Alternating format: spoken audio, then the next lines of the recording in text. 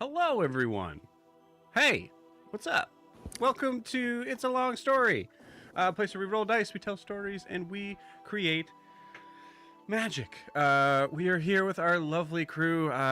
Just having some connection problems, but and Evan will be joining us here shortly. But we are joining the beloved crew of the Unearthed Arcanum. Everybody, take a look at your camera, wave, and say hi.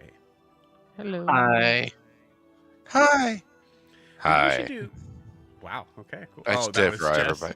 I was Jess and that was Jess and Evan. Can you give me your best Evan? Hi. Oh, that's crazy. No. I got this. Here we go. Ready? Hi. Hi. Hi. There we go. Hey. We should do a thing Hi. where I just have you guys have to say something completely different every time. You guys want to You try that? could. Sure. Tomatoes. Everybody take a look at your camera, wave, and say, help, I'm stuck in the Feywild.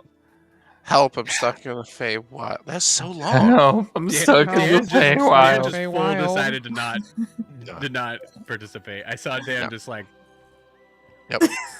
just I go. participated. DM. This is what I. This I is said what, help, this is I'm what I stuck pay in the you for. Feywild.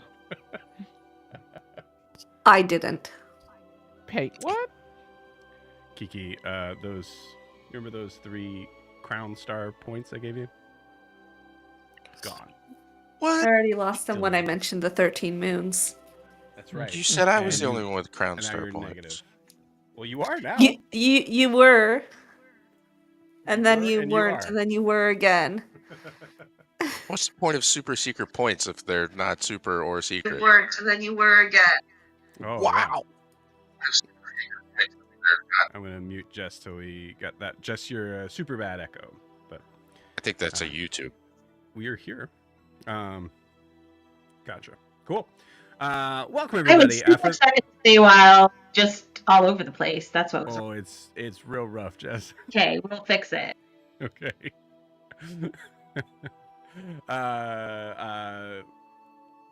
Cool. For those who have no idea what the hey this is, hi, we're a D&D live stream that runs every Monday, Tuesday, Wednesday, Thursday, and Friday, having this many, 5 of them, parties living, existing, and breathing, for those that do, in the same homebrew world, the wonderful, beautiful world of Estera. For as long as it still exists, which might be the last time I say that. But yeah, hey, you don't know. You don't know. So for those that are joining us for the first time, welcome. For those that are joining for the second time, how dare you? And for those that are joining the third time, thanks. Before we begin tonight, just a reminder for anybody who, for those that do or do not know, if you're wanting to support the channel, best way to do so is to like and subscribe where you're watching, whether it's on YouTube or Twitch. Please and thank you for liking and subscribing. It helps us out a ton. I rolled a 4. So thank you. You can also check out our, for as long as we have them, at least the TikTok one. You can also check out our social media down below right here at It's a Long Story _TTRPG, where you can see some of our favorite moments from 2024 and more of what's to come in 2025. Actually, there's one video for 2025, which is the fun one. So, yeah. Who's doing recap tonight? Anna. It's Great. me. Awesome. So before we begin tonight's session, we need to get a recap of where we left off with the UA. So please, Hannah, please Yeah. take it away. Cool. I will apologize right now. If talking too much I start coughing, I will make sure to mute myself as quickly as possible. Fine. Just saying. So last time on the Unearthed Arcanum, the session began in the ballroom as the party was kind of winding down. Seda congratulates Io and says her farewells. The group gathers Sarah, rescuing her from all of the well-wishers, and heads to their room, accompanied by Petra. Kara, chatting fast, learns their connection is tenuous. Wild followers. They check on Yori and Hannah, give it a second. Try again. Uh, I have no idea what that word because you went. Ugh. that's what I said. I said, well, they It's check hard to tell the phonetics of that working or not. UWAUAUGH. They check on Yori and proceed to a new private suite resembling a medieval Camelot, which could serve as their home base. In the common area, the party shares drinks and conversations. Kara checks on Ara, walks him out, and retrieves alcohol from Glorwyn, who offers to vouch for her in the Sealy Court. At the forge, Yori confronts Snorri about his family's destruction. We really like this naming, kind of. Anyways, Snorri reveals Clotor is alive and emphasizes Yori must face certain trials alone. Yori, resolute in seeking revenge, acknowledges it won't bring peace but continues his journey regardless. Ara arrives, discusses his arm, and plans to return to the material plane with the party. Yori begins teaching Ara common through their sending book, and that is how we learn about the lovely new term, bumblecrumping. And Hannah, you gotta define what bumblecrumping is. it's past sex, and it's real nice and crumping. You guys know sex? It's the next level. Next level. Potentially 2 tiers. Beautiful. In the library, Gwyn and Alistair share an awkward but heartfelt moment. Alistair admits he's struggling to keep Undulith at bay, and Gwyn reassures him she won't let him be lost. They discuss her departure from her patron, her growth as a wizard, and the allure of power tied to the rods and talisman. When Yori mistakes the private sanctum for a legend lore ritual, he barges into the library to find them in a awkward state doing the no pants dance. They gather the rest of the group, and Snorri formally introduces himself. The party reconvenes and stumble through drinking games while learning more about Snorri. At the seamstress shop, Prim accidentally uses her anti-charm scarf to free Amaranthiel from a strange allure before returning to the group. Snorri explains that he is a watcher and warns of approaching evil. He prophesizes several fateful challenges for the group. He tells Alistair that the ring will only last so long. He tells Gwyn that what she sought before will be important in the future. He tells Yori that he will soon be contacted by creatures in the Feywild who could prove to be strong allies in the fight to come. He tells Kara when she saves her daughter, she will have a difficult choice to make between staying with the party to fight or staying with her daughter to raise her. He tells Io that he has a dragon to slay in the near future when he gets back to the material plane. And finally, he tells Prim that her wisdom and resilience will be her greatest strength in the time to come. As Snorri, Sara, and Petra depart, the party plans their next steps. Yori's arm, follow the book, Rune King, Sealy Court, Unsealy Court. The session closes with Kara receiving a message from Hadrian. She then tries to warn him of Snorri's concerns, while Prim discovers her familiar that had been plaguing the party throughout the session, a squirrel tied to Esselise. That's about it. Great. I miss anything? Awesome. Thank you, Hannah. Appreciate it. Also, I'm sorry if you feel under the weather. I hope you feel better. It's fine. It might be COVID. It's fine. Don't breathe on me. Don't breathe on me. Too late. It's infectious through the Wi-Fi. Well, I'm connected on the Ethernet, so I'm on the The Ethernet. 5Gs are coming for you. I'm on the Ethernet. So am I. I'd be surfing on the Ethernet. I don't know about you. I got that hashtag hardwired. Thank you, Hannah. Anything else that we need to add, my friends? No, that was really good. Sweet. Awesome.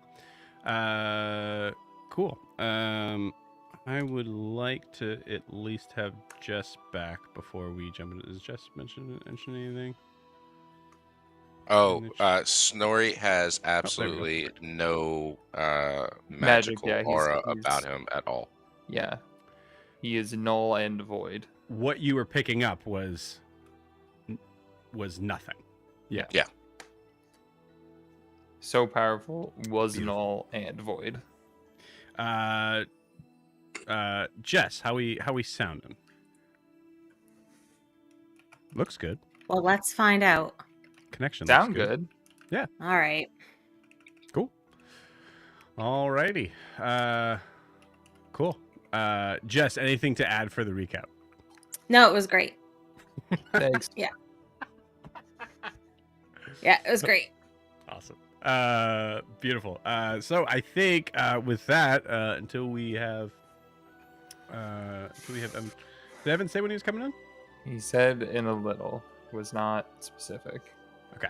All right. Last I checked.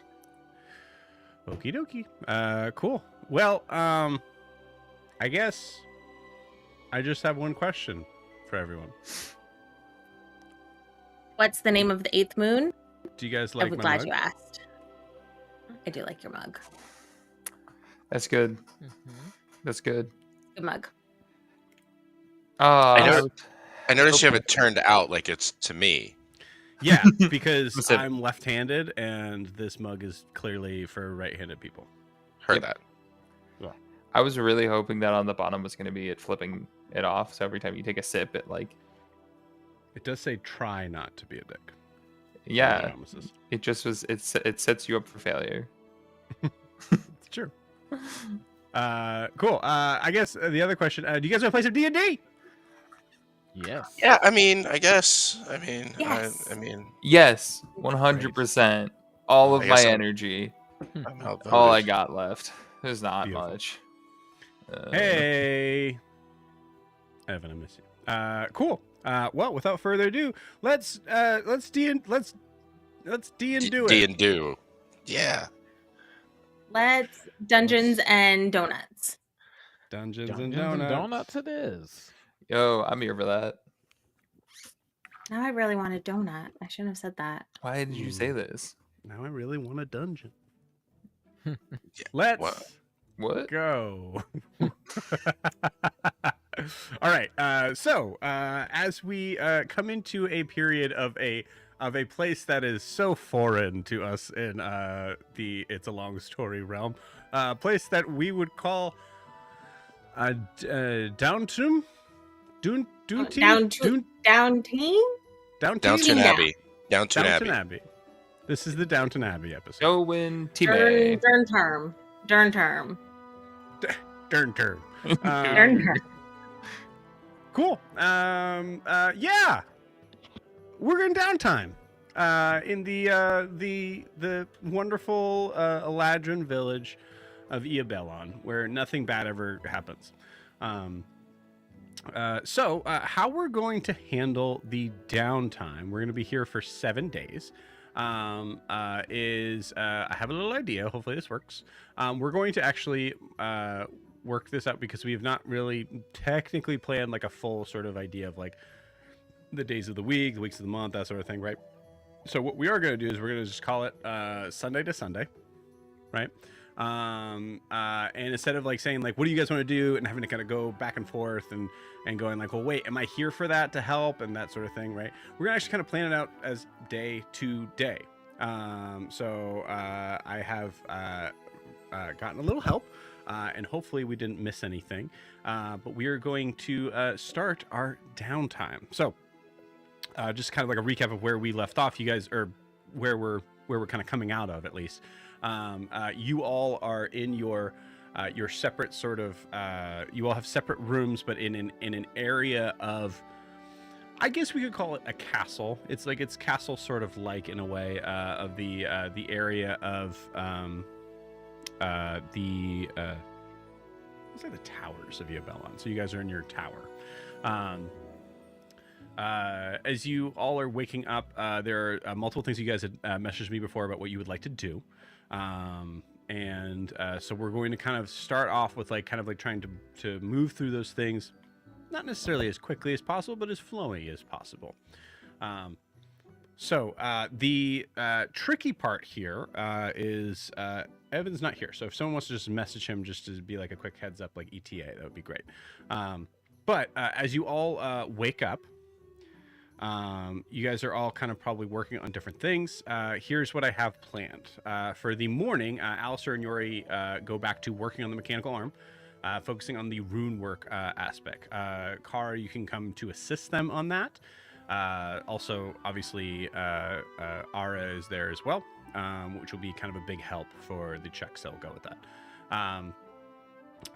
In the later morning, Io will be attempting to use the sending bulb to contact Eris, and using that to kind of like share some updates about like what happened to the kids, yada yada yada. So we'll work that out as we go along. Gwen, imagine honestly for the whole day, but I have it marked as afternoon. You are starting to work. You're working on transcribing your spell scroll, and if there's time, Alistair will be able to kind of help with that possibly afterwards. And then in the evening, we have Io checking in with Gwen. Make sense? So that's Sunday. You guys are good? All right. Great. Evan said about 4 minutes. Okay. All right. Well, so you'll be on your lonesome for the first part of this. You'll have to roll for Evan and you, unless he gets in here both the time we're rolling it. So in the morning, as you guys are piling out of the tower, kind of going to your separate sort of things, Alistair and Yori, you guys head over to Ara's smithy.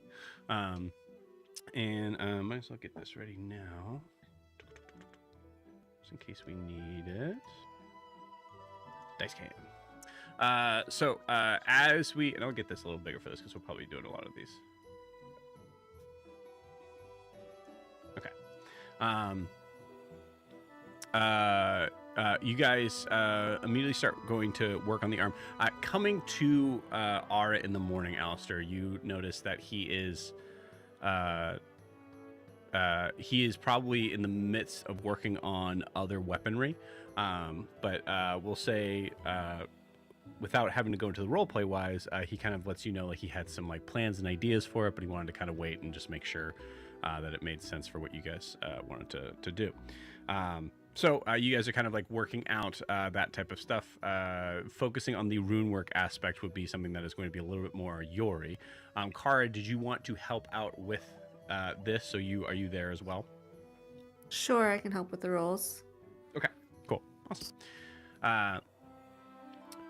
So as you guys are trying to finish working on it, Yori has the brunt of this roll, but I will say we'll do this as kind of a group check, and I'll say that Ara is giving Yori advantage focusing on the rune work stuff.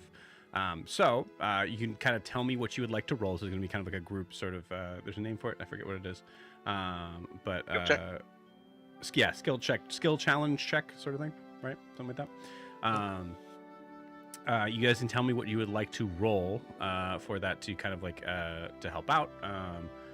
And I'll say I'd just be giving Alistair the help out action. Okay, cool. So you want to give Alistair the help action, and Ara is giving Yori the help action. Cool. I love that. Sweet. So we'll say and guidance. Can I do?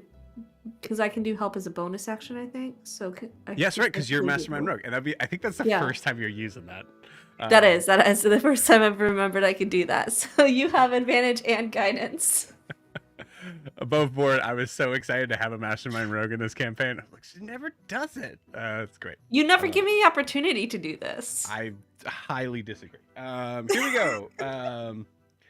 Cool. So what we're going to do is we're going to add... I'm going to roll the contest of the difficulty of it, and we're going to add 10 to it. Cool? Okay. Make sense? So it might be super, super easy. Might not be. Okay. So that's an 8. So total that you guys have to reach is 18, and you have advantage. Awesome. Am I still deciding the roll, or yes, absolutely. Bargaining? Yeah, I think it would just be a straight like an intelligence check or a tool check, a proficiency check, just to kind of make sure that all the tools are in line. We're doing great. Make sure everything's ready for them when they need it, and kind of guiding them like with my knowledge. Okay, cool. So I'd say with that, we would put your I saw this recently. We never really talked about this before, but I actually really I liked this a lot. This made a lot of sense in the idea that if you have that tool proficiency, you're having that proficiency to it, but using just your ability scores plus that proficiency rather than having to worry about it being a specific skill or not. Does that make sense? So we'll say good. We'll say intelligence plus proficiency. You got it. Cool. And you have advantage as Kara is giving the help action and guidance. All right, first roll of the night was a nat 20. So that would be plus 9, so a 29. Yay! Incredible. Cool. The 29. Oh, wait, hold on. I got a d4 too. Yeah, go for it. Plus 4, 33. 33. Cool. Might need Yay, to make nat these 20. A little bit harder. Cool. Hey, dude, it was a nat 20. Come on. No, that's true. You're right. But 33 against an 18. Actually, no, that's fair. Yeah. Cool. So with that, as you are, because you both need to get to this number, is what I'm saying. Yeah. Or like You both have to. You should double it. Yeah, putting that together. So we'll say 20 plus next time. So even if it was 28, you smashed that. Cool. So as you're working on it, I'll say like Alistair, what is your main focus like with working with the arm? Like, say, feel free to kind of like role play the idea of like what you're going through with that. Yeah, I think it's one of those situations where, while Ara and Yori are really doing the rune work, Alistair is just doing the tinkering part, the small refinements, tightening the bolts, making sure everything is aligned to move correctly. But for him, I think as important as it is, and as much as he enjoys doing it, it's still kind of mind-numbing work for him. He doesn't have to spend that much time, so I think he has slid over as close to where Yori and Ara are, and his attention is divided between what they're doing versus what he's doing, because rune work isn't something that Alistair knows a lot about, and I would assume with them working together, they're talking out loud, and I think he's just trying to unobtrusively listen, but he doesn't, he's not trying to hide the fact that he's paying attention, but just like, I'm just going to be right here and just kind of watching and seeing what happens, and probably throws in a question or two later in the week. But yeah. Cool. I love it. Sweet. So in this matter, so Evan, you're joining us. Yori and Alistair are starting Sunday morning, working through trying to get the arm done. Alistair fully smashed the skill check that was needed for this, and you're also 20. up to roll. So here's what I think is going to happen. I'm going to say anything that's left over, we'll call it a 28 because that's we'll say 20 plus what I rolled. Anything left over will be going towards the eventual skills check for the spell guard shield. So we'll say, Alistair, as this is kind of, as you mentioned, like kind of like mind-numbingly sort of like simple as far as your involvement to it, because it's, a lot of it's involving the rune work and that type of stuff. We'll say you could also be talking to Ara a little bit about so I have the schematic. Are you able to read schematics, like that sort of thing, and like work through that? Yeah. And we'll say without role-playing, Ara says like, yeah, let me take a look at it. But meanwhile, Yori will say, like, let me take a look at it. And then he says, wait, let me help Yori with this. So Yori, it is your turn to roll. So this is a skill check of using whatever you want. This is focusing on the making sure the runes are properly placed, properly etched out. Ara is giving you advantage on this. But you can tell me what you would like to roll. You are muted on EVMux. That's always intentional. Everybody intends to mute themselves. Okay, so I'm here. Excellent. A lot of changes. Yeah, I mean, you want to use. Okay.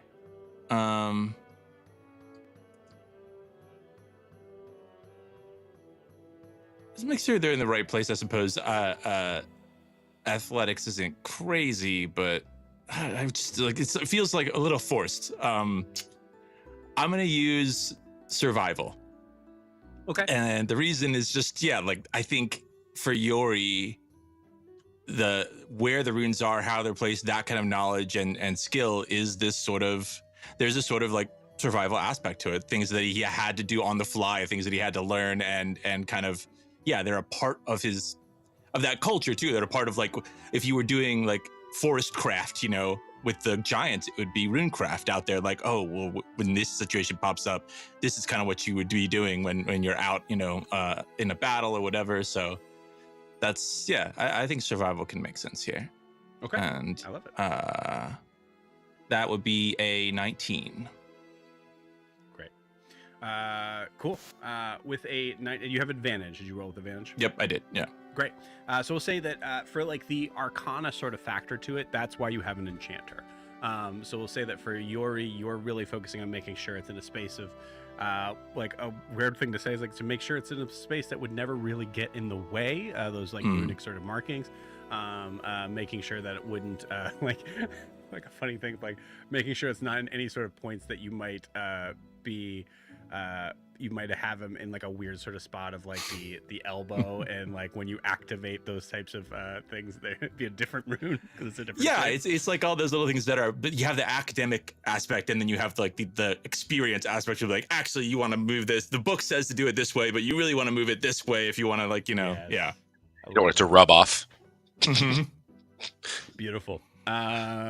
Cool. Well, so mechanically speaking, the DC for it was already smashed. The arm is done, fully done, ready to go. So nice work on that. Let's do some math. So 28, 33, 5, 19 is 24. Yes. So the DC for the Spellguard shield is 24. Okay. Cool. Let's just see if I have this marked as like a specific day that we would say to work on this. I don't know if I do.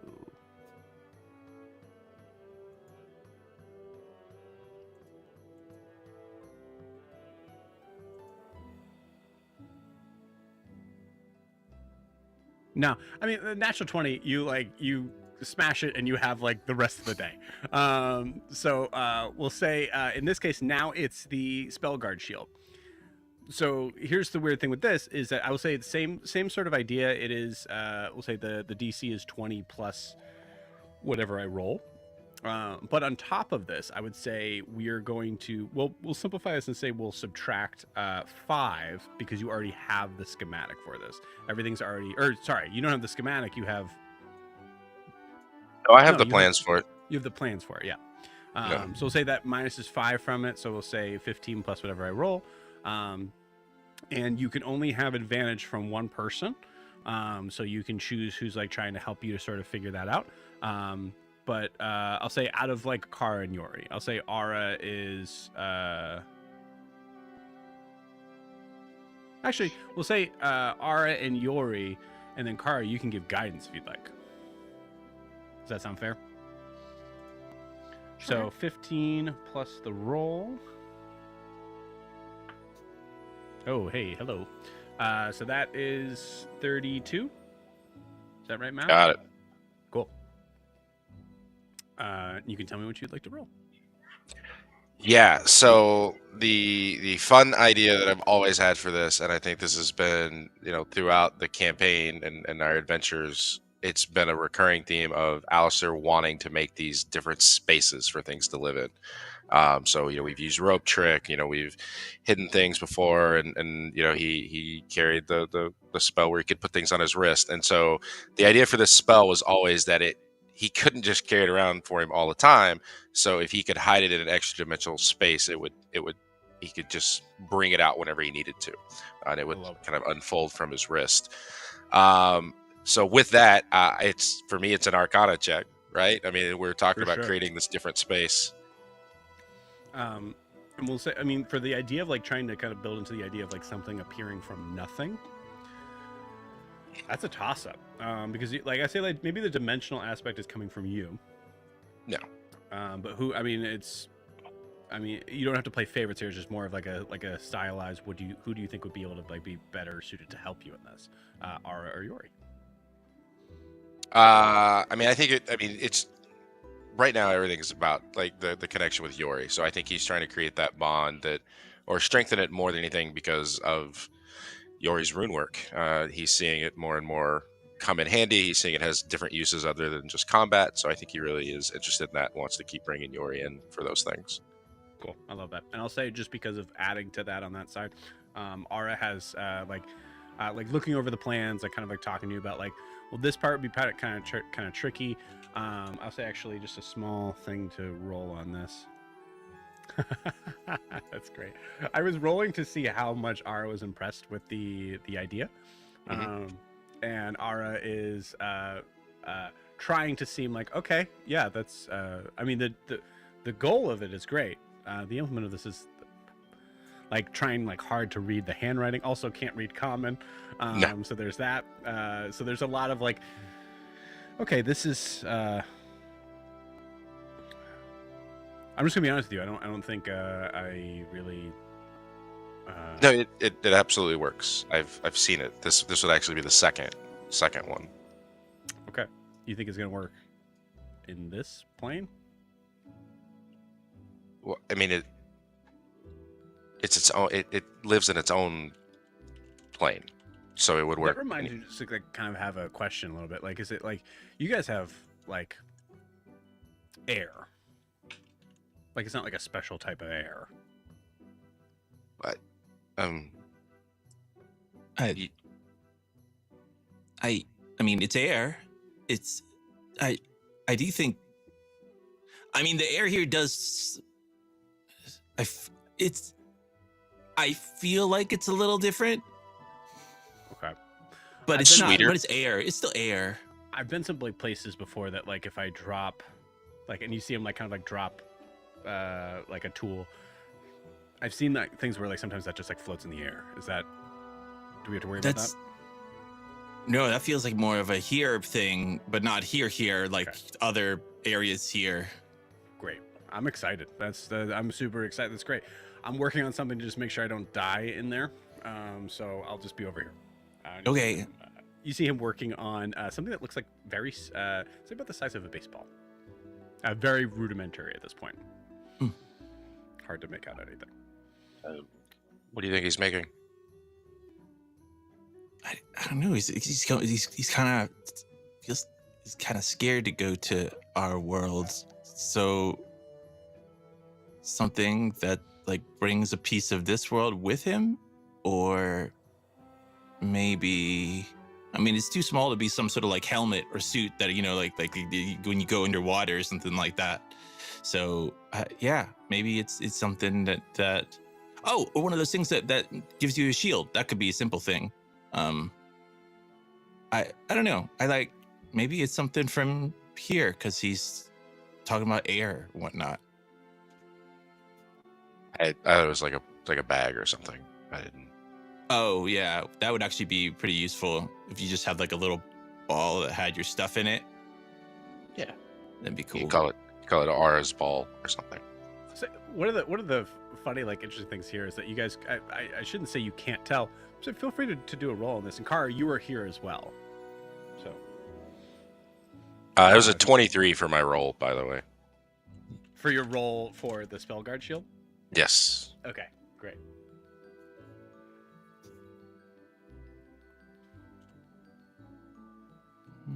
We'll go ahead and do that. Let's handle 29 for an investigation check. Jesus. Okay, so handling the 23 first. The 32 was a number to beat. Mhm. And then you rolled a 23. And then what was the... Oh, crap, I already forgot. What was the numbers that we were carrying over? 24. Was it 24? It was Yeah. like, it was like at least 19, right? It was like somewhere around Yeah. there. So yeah. Spellguard shield's done. This is a great Sunday. Yeah. We'll say actually like while that's happening, Kara, if you want to kind of like we'll say Alistair, you're kind of like looking if we'll say this in the time span of like Alistair working on this, we'll say Kara, you have time to work to kind of like figure out what R is making or interact with him on it. if not, and no matter what, Alistair, you probably got to get an idea at the end of what it is.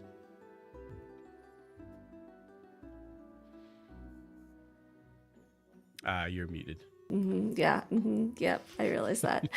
I said I rolled a natural 1 on my investigation, so I figured I didn't notice anything. Okay, cool. Because weren't we rolling to see what he was doing or figure out what he was doing? You certainly can. You could, we'll say, because you already rolled, say the nat 1 is like you truly have no freaking clue on what it is. You can feel free to kind of like interact with him. I would allow that for sure. I mean, if you'd like, he's just trying to be helpful around the forge. Yeah. Yeah. Okay. Cool. I'd say like with the natural 1, you're like distracted. It's now instead of like clang, it's clang, clang, clang, clang, clang, clang, clang, and it's really like heavy sounding, and there's a lot of like sort of distraction. I say that maybe there's like a moment where Kara is like kind of like leaning in, and that's when a spark kind of like goes up, really close to your face. All right. Okay. And you just kind of like back up from that. Beautiful. Wow, what a start. Holy cow. Let's 5 go. gold stars. So there is the morning. In the late morning, I have this worked out for Monday, but I'm going to kind of move it up to Sunday here. So we're going. If I didn't mention this, we're going Sunday to Sunday. So that's 7-day downtime. A couple things happen. So late morning, Prim, I'll say you're visiting Amaranthiel now. In the later evening, as Io is working on trying to contact Eris and work out some stuff that's going on with that. So we'll say whoever wants to go first, honestly. Prem, you want to go first, or I guess I can go first. Cool, but you got it. Sure, yeah, let's do it. So, yeah, Io has this bulb in his hand, and he's gonna start by trying to push magic into it to try to activate it, Okay. and make his little message. Cool. Give me an Arcanum check. All right. Call this a DC 12. All right. That is, why not? Also, Dan, if you can just get that microphone as close to your face as you can. No problem. So much better. It's shifted down. Okay. That is a 16. Cool. Yeah, 16. 18. Sorry, 18. 18. But yeah. With an 18, as you're like holding that bulb in your hands, and you see like the tendril kind of starts to kind of come out to go and check and see if you are you. You're able to kind of stop it from doing that, and then just try to send your magic through, and saying like, "Trust me, this is me." And I'll say with an 18, you no longer have to take damage to contact. Awesome. So yeah, then he tells her a little bit about the party and how one of his friends, Gwen, tried to get the kids sent home. Ended up a fake trick being played on them, but another one of their friends made a deal, and at least they're all safe now. But crazy couple days. Okay, awesome. Let me roll something on my end. Okay, great. Cool. She immediately responds, is super happy to hear from you, hearing you're safe, even happier to hear that the kids are safe. She starts to like ask about like horns and things like that, like how that's seeming. And through that conversation that you're having, you notice she kind of tells you like, yeah, they're gone. Her eyesight is still a little rough, so she says like, I hope you continue to like me in glasses. So that hasn't changed. And then we'll roll a DC thing here too. Okay, cool. So the DC is 11, which is good. Give me a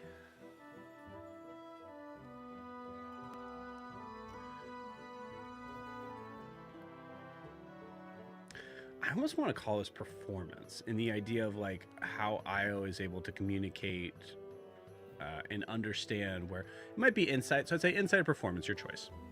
Oh, that's gonna be an easy one for me to choose. Nat 20. So let's just go with insight. Cool. With insight, you know. Cool. Yeah. With a nat 20, Jesus, guys. You are able to determine that Eris does have something she wants to like talk about, but I'll say with a nat 20, it's something that's like she hasn't like fully sort of fledged out what it is to really even like say.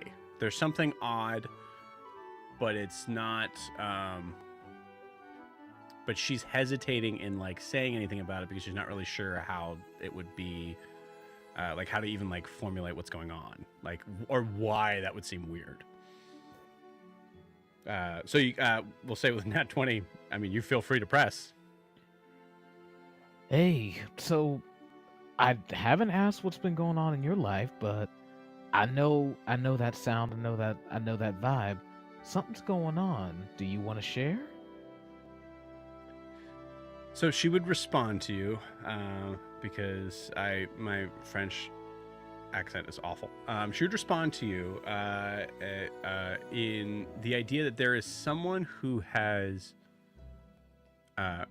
been here for a while. She gives you a time frame, but recognizing that like in this world, it almost really doesn't make any sense to say. So say like a while, you get an idea of like probably like a couple months.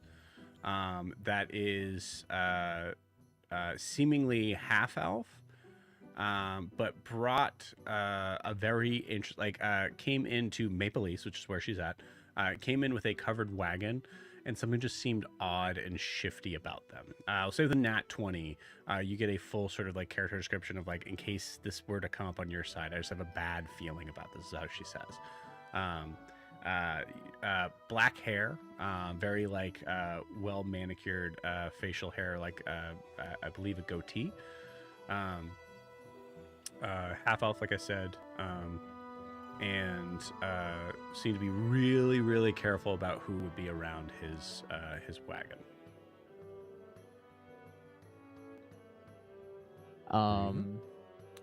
Okay.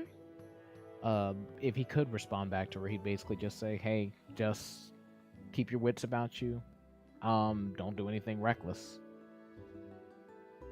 Okay, cool. She tells you she loves you, come back soon, and if you die, she'll kill you. Love her too, and noted. Beautiful. All right. Prim, you're coming in late morning, early afternoon, somewhere around there, to check in with Amaranthiel. Yeah. So I think she kind of knocks, and after a second, kind of comes in and just, hey, just wanted to stop by and check in and figure out what all happened with the situation last night and whatnot. I just wanted to make sure you were okay. Prim, roll me a d20 for Amaranthiel. Just like a straight D20? Yeah. Sure. 19. Gee, guys, stop. We're gonna finish this out in like 3 days. Cool. With a 19, she says to you, "No, we're fine. Like no big issue. I was just a little bit weirded out because I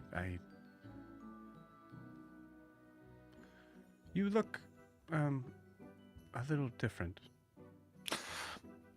Yeah. Do you remember that glowing kind of high mage, I guess, the court mage, Esselise, that was there? Yes. Cool. Yeah, made a deal with her to make sure the kids got home safely. I really didn't think that I would need to tell anyone not from this plane to not make deals. The kids were in danger, so I made a deal to make sure they were out of it. And how long did you wait to decide or ask for help in finding another way to make this work? Never mind. Don't answer that. We're well past that now. Are you aware of what this scarf does?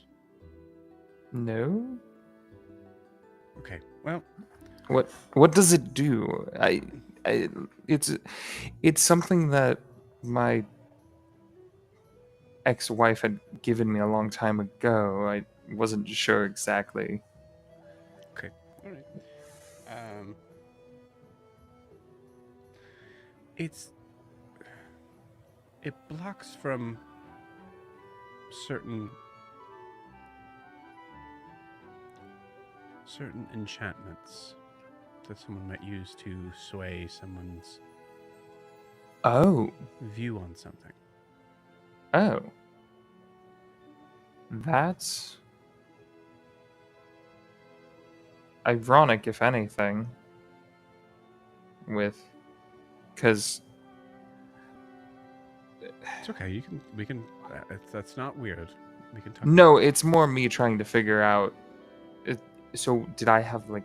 So I have like because people keep calling me like more attractive and shit. So like, is there like a? So now I have like an aura of this, and so Yes. oh, cool. You should probably learn how to control that. Also, I'm going to be holding on to this for Foreseeable future. as long as we're having conversations until you're able to figure out how to That's fine. rein that in. I would prefer that, in all honesty. Yeah, I assumed you I would. Trust me, if I didn't think you would, this would be a very different conversation. That's fair. I would rather keep you safe than anything. Yeah, sweet. Cool. Figured that out. So, I think we're gonna be here for a little bit. I'm not sure, but I'll probably be around. I'm not doing too much. We're working on some preparation before we head out in about a week. What is what the plan is?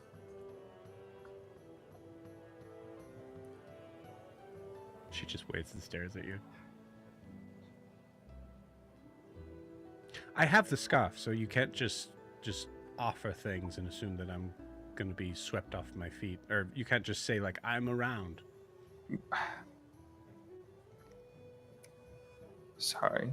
Let me try that again. And Proceeds to get in closer, Mhm. hand around the waist. I don't necessarily need that charming effect. At least with you. No, you don't. And she leans down and she doesn't kiss her, she just kisses her forehead for a moment. And then just kind of pulls her in and then lets go. And then makes out with her. Nice. Cool. In the midst of that, she kind of drops the scarf. I was just saying I was gonna tell you I had the day off to. Okay, great. And we fade to black. Beautiful. So one thing that I think we'll say, as she says, I have the day off, that also means that she's not working. So we could say that Prim, above board, Prim is spending time with Amaranthiel. Yeah. The other side of that is the request that you made. You get the idea that you can ask it today, it won't be started until tomorrow. No, I think at some point the pillow talk conversation would lead to I think I might need new garbs to deal with this new look kind of a thing. Yes. Okay, great. Cool. I'm glad. I assume you didn't come in the dress. You came in with your No, I was in her old attire. Yeah. Maybe some modifications, maybe some things to just. I don't know if we're at this point, but I do need to tell you that what you're wearing is just not really fashion forward, Fae realm wise. I don't know how things are with. Well, it's a good thing that I know a very good seamstress who can help me with that. Tomorrow, I'm off today. Of course not. Fade to black again. Beautiful. Eventually, I'll say like I think one of the things that Amaranthiel does ask is like, there would be some like public sort of like eatery, like kind of like places there that are in Ebound. So like, can we go up? Like that sort of thing will be something that do. So assuming Prim is cool with that. Of course. Beautiful. And she says there's this really cool place that has a giant spider in it named Shelob. Really cool to check out if you want to take a gander. And Giant fey spider named Sheila. Sure. Yeah. Sounds lovely. Helob, actually. Helob? Hello. I'm so funny. Okay, cool. And that handles late morning. We are now in the afternoon. Gwyn, you are in the library. You've been in the library for some time. As you are working on transcribing spells, as well as eventually trying to kind of work on a very specific secret super duper thingy. So we'll say your choice on what you want to kind of like talk about first. Do you want to talk about the spell scroll or the super duper secret thingy? So the spell scroll is just the magic circle. What is it called? Hold The on. teleportation circle? Nope. She's had that spell. Magic circle is a spell, right? It is, yes. The 3rd level magic circle. Yes, it's exactly what it's called. Cool. And she had started it, a while back, so she just needed like 3 hours or something to finish it. And I feel bad for Petra because Gwen works in chaos. So by the end of this, his library is chaos. Like there's books that don't even have anything to do with anything, just around, papers strewn everywhere. Like I think there's probably a kite for some reason just on the table. Just candles everywhere. Maybe a yo-yo, a toy car. This poor guy is probably so confused because there's just chaos around. So the interesting thing is, I'll say that Gwen, you've been here for so from like morning to afternoon. Oh, totally. This is her space now. Okay, cool. One of the Petra will say at like one point, like if Gwen at all at any point in time, actually, I guess this is an important thing to ask about Gwen. Does Gwen apologize for the mess? No. She Great. doesn't even, I should say that, not that she doesn't apologize. She doesn't notice it. It is Right. kind of like a subconscious, like if you could subconsciously cast Mage Hand sort of thing, it just happens. Yeah. It's not Right. intentional. It's not malicious. It just happens. Interesting correlation with Huxley in that way. Yeah. Of everything gets everywhere. Yeah. But you know where it is, and that's what's important. Exactly. Yeah. Vibes. Cool. So as you guys work through, as you work through, I'll say one thing you notice is that there is one of the Verdant Guard that comes in, and I will say like requests a book, but just pretty much just says the name of the book. And is like very like ordering around, not like the title itself isn't really necessarily important, but you do hear like Petra. I will say that it is, it's a fun like sort of thing of I would say it's probably like a book on like basic carpentry. So we'll say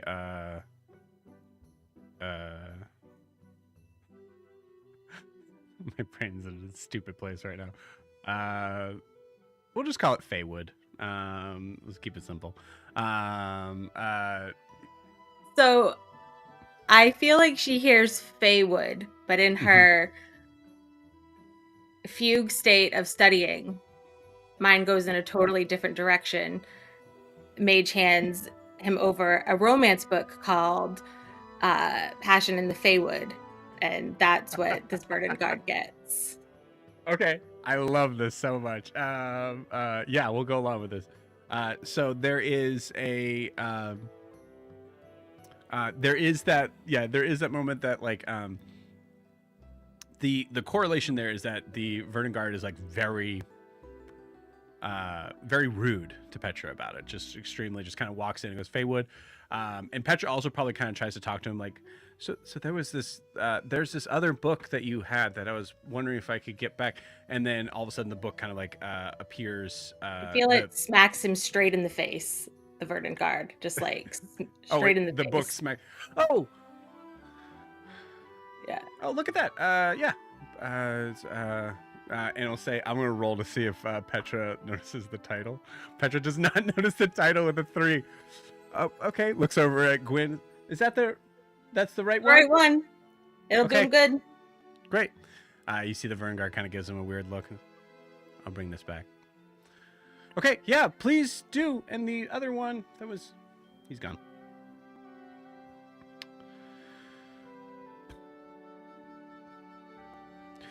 This is fine, by the way. Don't worry about it. Not a lot of people come in here. More people should use the library. This is a great place. Yeah. And we'll say that is the end. The spell scroll, done. No problem. No roll for that. You spend your hours doing that. Cool. At this point, you see Houston just kind of comes up on the table and is very annoyed that you're not paying attention to him. So it's now like kind of like full like through the books, knocks over one of the like kind of like lighter books. There's probably like a goblet of water that just knocks over. I wasn't drinking that anyway. It's fine. Who drinks water? Sits, looks at you, tail just kind of moving. She just scratches his little head. So moving to the next sort of part of this, Gwyn, how do you imagine the first sort of like day of working on this looks like? I think she's been thinking about this for a while, and I think she's looking down as she's scratching Houston sort of like under the chin. And her charm bracelet, which is just filled with various sort of charms, sort of catches her attention. And he's batting at it like he does sometimes. And I think she's just thinking maybe he'd like one of his own. And I think that just sort of sparks an idea. And she's looking at him, and I think he stretches like out his wings that he didn't have. Like they're a new addition and he's still getting used to them. Mm-hmm. And I think just from there, that just sort of sparks the beginning of an idea. And I think as these things sort of do, she just starts scribbling down ways that this might work. Okay. Like just going through lots of books, asking Petra if he has any like various books that might help out with like transfiguration and just different things like that might help out with different ways of bringing this idea to life, I guess. We'll say give me a d20. We'll say we'll add some luck to this. Essentially a luck roll. Where's my feeling? Oh, knocked over my phone. About. You add +4 to this. Okay. Dirty 20. Jesus. So I was gonna say DC is about 11. So Gwyn, you see Petra's like, oh yeah, transfiguration. We got a ton of those. It's something that like. Here is something that people are always like really wild, yeah.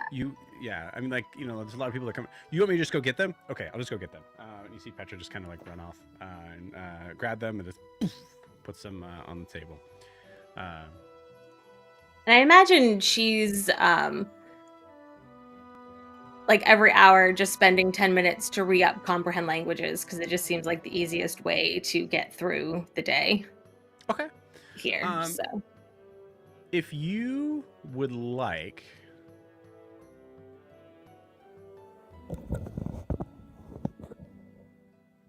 Gwen, roll me an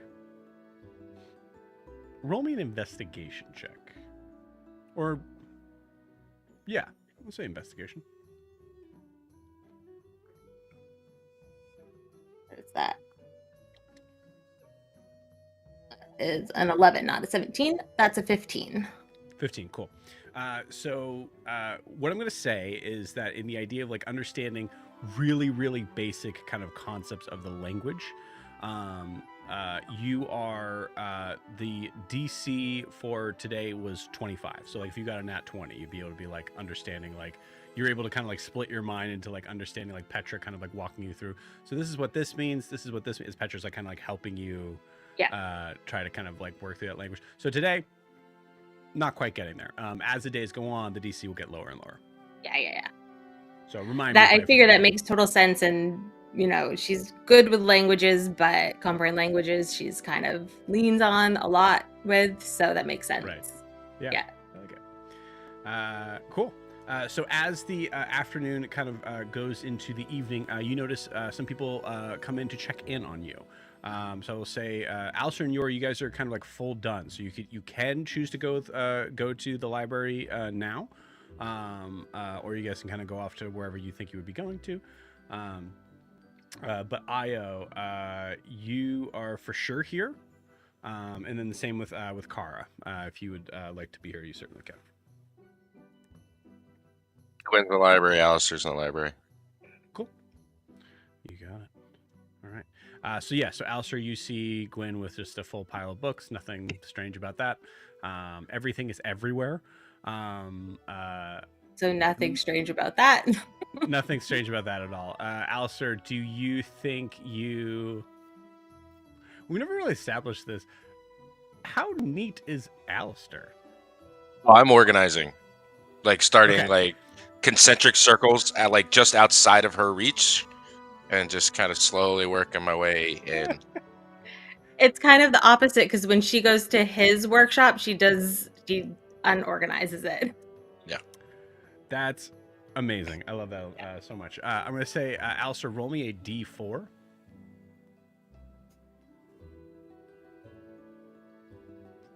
So 1. Okay, one's good. So Gwen, everything has been moved. Mhm. Not organized, moved. Right? Like you knew where things were and now they're not there. I feel like she reaches for something and she's like, what? Where? Oh, hi. I was just these are all of the same topic, so I thought just put those there. I was gonna. I had them by color. Why would you choose?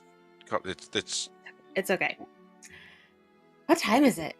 She kind of like stretches because I feel like it's been hours since she moved. Gwen, I resonate with you so much. You have not eaten. Oh, for sure she has not eaten. I don't think she had breakfast. Yep. It's well into the afternoon. Yori and I have already been. Ours closing up shop pretty soon, so it's. Did you eat today? I think I remember Petra saying something about half a banana, but I don't know if that was mine or his. It was. I was wondering where this half a banana came from, and then you ate it. Sorry about that. I'm sorry. Petra, do you mind if we ate in here? I can go get some food and bring it back. Oh, this is fine. Everything that is where it is fine. It's fine. I promise you, we'll put it back. Yeah. Are you hungry, Petra? Can I bring you something? Sure. A half a banana. I really am sorry. Or you could. Sorry, not to complicate things. You could bring a whole banana, and I'll cut it in half.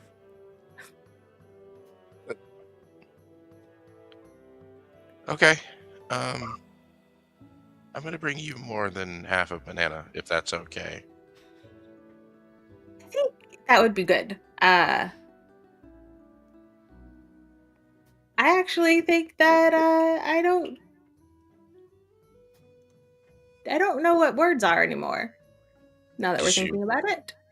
If you want to take a break, we can just call it now. And I think Kara was still with Ara, and Yori was wandering the Feywild. And I don't know what you're up to.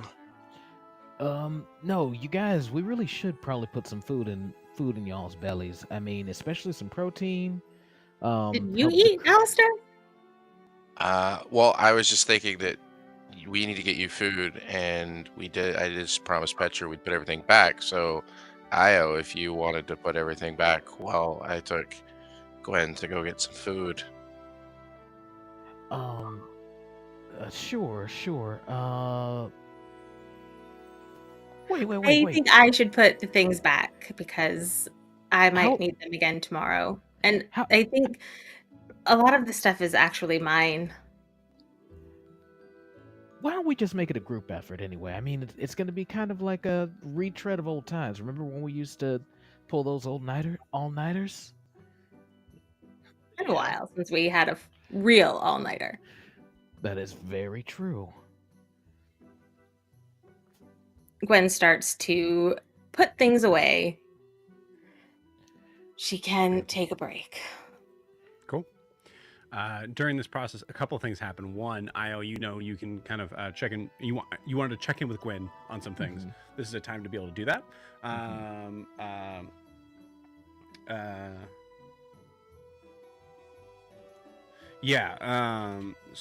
But also, I will say, on the beginning of this, as you guys, we'll say that you guys are in the process of like pretty much finishing, kind of putting everything away. Which I will say, if you were in the process of putting things away, I will negate that one that Alistair added to, which was going to be a negative for you in a roll that you had the following day, on being able to find something essentially. So you'd have had a -1 from it. Because we know where the stuff is, guys. Hey, Miranda, I know where the stuff. Sorry. Okay. Neither here. nor there. No, I get you, Joe. No, know you where don't. the stuff is. And I don't. To be clear, I don't. Still alive. Believe it. I just understand. I know where it is, and then you look like, where did I put that? Where'd I put it? Lies we tell ourselves to get Yeah, through secret. Also, at a certain point, as you guys are kind of like putting stuff away, Petra's like helping you out, and Petra goes, there's a book that's missing from the romance section that I don't. Did you guys, when you guys grab one of the romance stuff? Yeah, the guard. He wanted the Feywood. He was very interested in learning about passion in the Feywood, right? Yep, that's Yeah, totally I guess- true. Sort of. It was in this section? Okay. It was Huh. definitely that guard. I probably screwed it up with the other one. Okay, cool. So I need to go. I'll check the woodworking side. Yeah.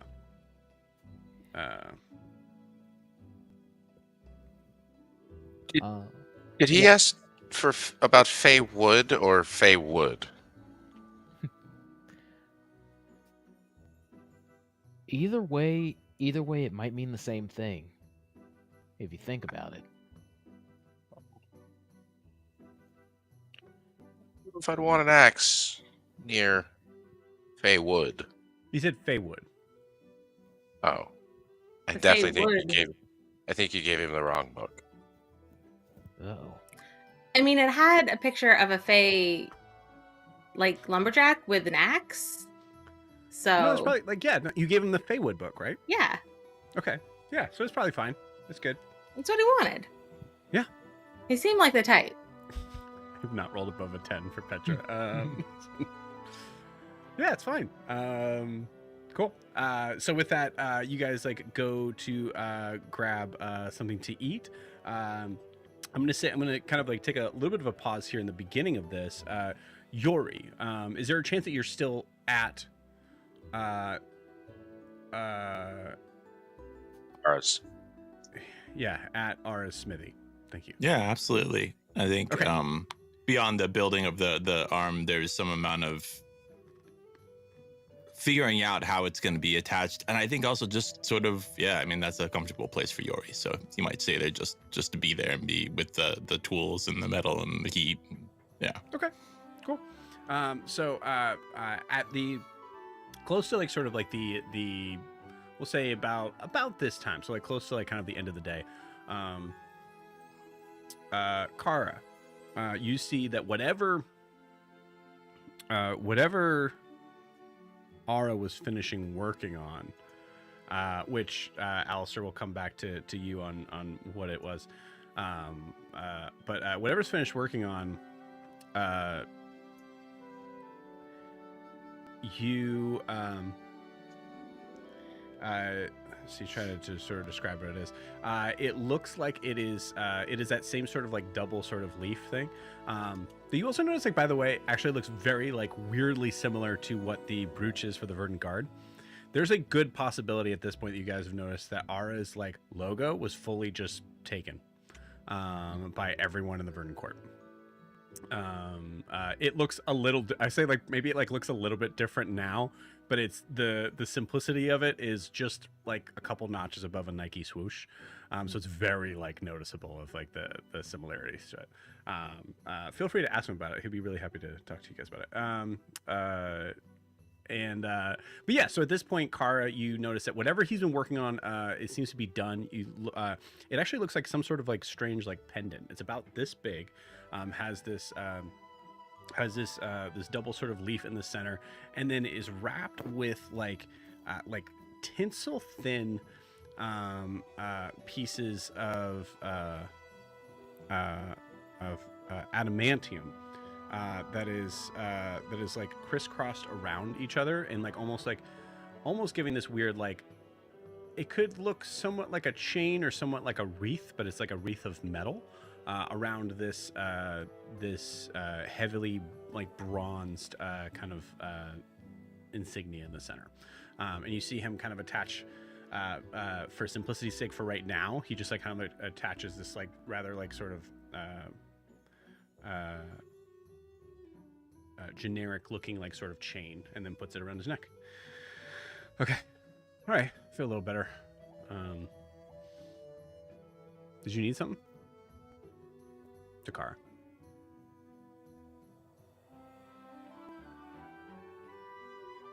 Cannot hear you. I'll get it tonight. I'm here, I Oh, good. swear. She says, I was gonna see if you could help make this a little more deadly. And she holds out her crossbow. Oh. Interesting. I'm not much of like a Fletcher, is it? Is that what the... You enchant things, don't you? Alistair said you do that. Oh, you mean on the magic side? That makes sense. Yeah. A bow ear. That's also one. Yeah. That. I'm not that either. Okay. Let me take a look at it. Kind of takes a look.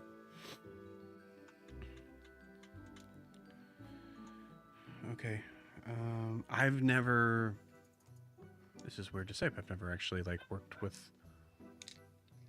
I don't work with like wood that often, since there's a lot of wood here. But I probably can't do anything about the arrows, but I might be able to do something about this. Let's give it a shot. Okay. I might need your help in understanding how this is like, I know how a crossbow is supposed to work, but like familiarity to you, I don't want to kind of like lose that. So if you could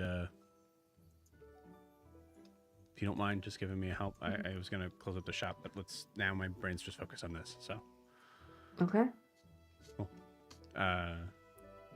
Yuri, you want to help out? Oh, yeah, okay, Cool. sure. And I'll say at this point, Kara, you are rolling for. I would say you're kind of like rolling for Ara. And we'll say we'll give +4 to this roll. This is essentially like an Arcana, like enchanting sort of check. Actually, this is like right up his alley. So I'm gonna roll to see how much he. That's a nat 1. So what I said is that we'll say +3 actually, because I rolled so bad. So +3 to the D20 roll that you have. However, Yuri, Okay. you do have Bardic. Oh, yeah. So this So would I be don't get to advantage. pick what I roll, like Alistair and Yori did. I just have to roll with a +3. I would say, Because yeah. it's Actually, if you want to enchantment? switch it to like what you're doing to help. I was gonna do sleight of hand Cool. to I try like that a and lot. be more delicate with it, That makes more sense. because I have a yeah. +12 to sleight of hand. Cool. I think there's also like a factor too that like he's like pretty tired, especially like this like sort of thing. So it's like it's really like, so you do all the hard work. I'm just gonna kind of point at it and try to just cast some stuff and see if that works. So yeah, Mhm. that makes a lot more sense. Cool. So he's giving you the advantage, but Yuri, if you want to Bardic, you certainly could. Yeah, absolutely. What's your Bardic? It's just a D6. D6. This is so this is for a +1. So let's set a DC here on this. +1 would say, I would say 10 plus the roll. I think makes sense. Okay. Yeah. 13. Well, I have a +12 with Bardic, so I don't think I can fail this. But let's see what I Don't get. roll that one. Well, the Bardic is not a +6; it's just a D6. But yeah, oh, you have a +12 and then also a I have a Bardic. +12, Okay. yeah. So that's 32. Cool. Is that more than 13? Is that more than 13? Just checking. You guys do the math for me. Double. It is more than double. More than double. So Jesus. once Golf rolls. It doesn't work. Okay, I'm gonna be very careful with how I say this.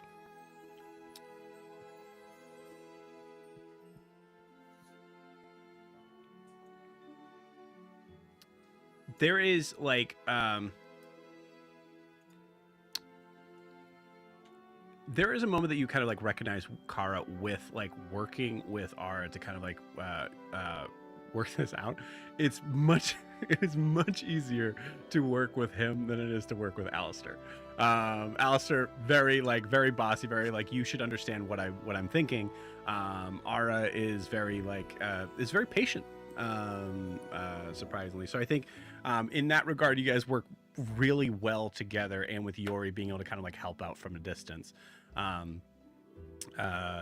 Which actually I think like Yori actually straight up, I know you only have one hand, but if you'd like to bardically how does Yori bardically inspire?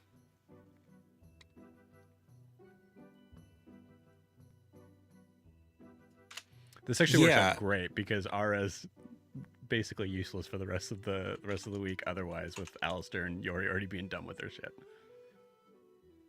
I think he just he tells just a quick story about a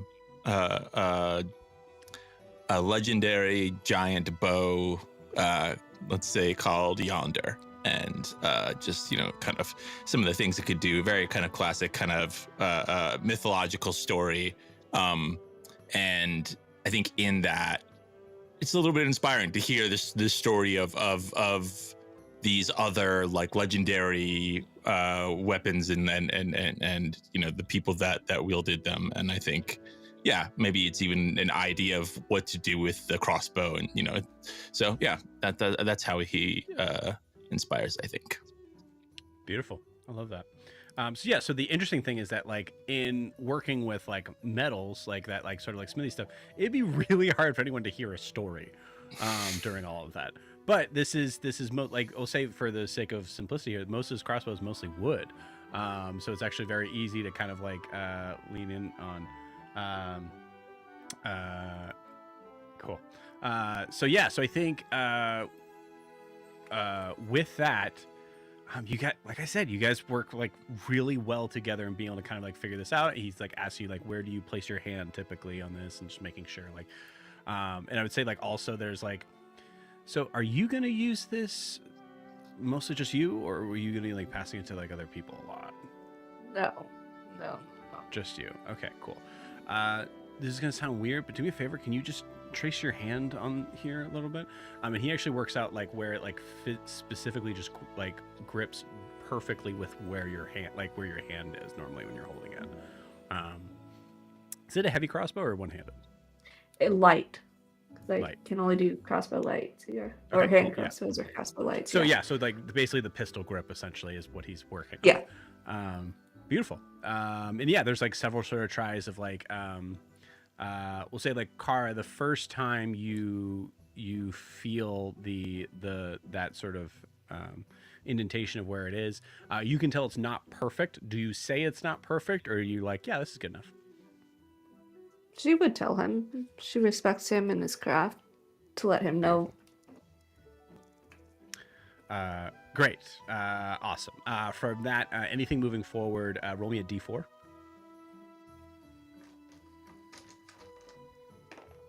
4. Great. That was the right answer, and just like being honest on that. He would be very annoyed if you were like perfect, and it's like, no, it's not. It can't be. So there's that like kind of level of like, you were honest, and he's like, okay, great, awesome, thank you for just being honest, and he continues to start to work on it. It is now the goal was a +1, right? Yes. It is a +2. You Sweet. went above and beyond. You literally doubled it. It is now a +2 crossbow. Form fitted for your hand. It feels like an extension of your arm. Awesome. That's so great. Cool. Is there anything else, Kara, you want to do for that evening involving like this situation at least? I think I would just tell Ara about Dare's Wharf. I'd teach him Common. We work on learning right. Common, and I'd tell him about Dare's Wharf and like Hadrian and the Burning Rose and the crew that he would probably end up working for. Okay. Just help to get him ready for Cool. I love it. going to the material plane. Relatively, we'll say, like talking about like Dare's Wharf and that sort of stuff, pretty easy to do. Won't make you roll for that. In teaching Common, feel free to roll me a performance, and he will roll Guidance? Yeah. This is a point where I actually wonder, is Yori helpful in this, or is Yori the fairy fae part of Yori being like, this is boring, can I go do something? Like, is there like that sort of level? That's up to you, Evan. Yeah, I was trying to think of whether like, I mean, because you could do that whole like when you're learning a language, sometimes a song or something like a mnemonic helps. But I think like his mnemonic for the language is so off of what like other people would use, and the references are to like giant things, and like that it just doesn't help. It's that thing where it's like, you're not helping, right? I know you're trying to help, but you're really not helping. Cool. I would pass enhance ability on Ara too, so that he has a better ability to comprehend what I'm teaching him. Amazing. Yori, please roll me a d4. Let's say if you want to roll, you can do the enhance ability on yourself or for him. I already rolled for him in the first roll of 15, so your choice on if you want to do the advantage on that. Let's do it on. What is his bonus? Is it nothing? It's sorry for teaching something in performance and then investigation, right? Is that what we usually do? That makes sense. Don't know. Let me check a character Actually. sheet. Yeah, I think that makes sense. It's like retention, like understanding, that sort of stuff. So I would say, yeah, investigation. And his is a he's not really a dummy, but I'd say a +1. So he has a 16 on this. And it's I will. Oh, I'll take the advantage. Okay.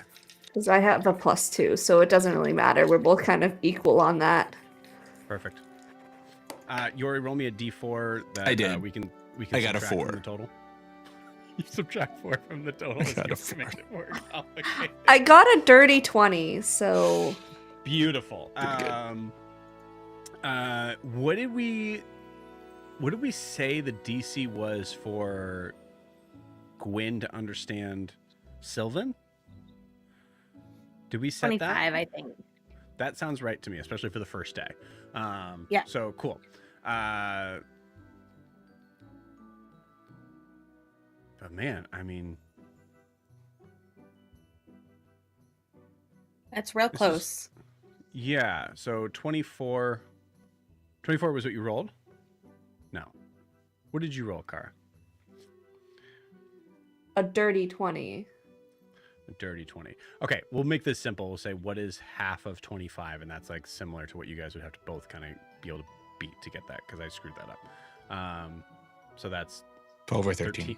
13? Yeah. Yeah. 13, yeah. So cool. Yeah, you guys both managed to get over 13. That makes sense to me. That works. We'll say that the -4 goes to Kara's side. We'll allow it to choose who gets more confused on this. Great. Cool. Within the first day, he is able to understand basic common language, which is huge. That's first day. Holy cow. And I like because she was taught by an artificer who taught her forgery. I imagine she's teaching him in much the same way that Francis taught her. Yeah, I would say on this round, like we'll probably do like a couple more of these with a lower DC, just like that, to be able to kind of get an idea of like, if you are successful, he just fully like understands common besides like strange words, and then you could possibly move on to like thieves' cant or something. Or- So these are that word is trees. We're all around us, like trees. But if you combine it with the word for like sticky stuff, like paste, then it becomes like a kind of sugary, like a yummy kind of a treat. There's a paste trees.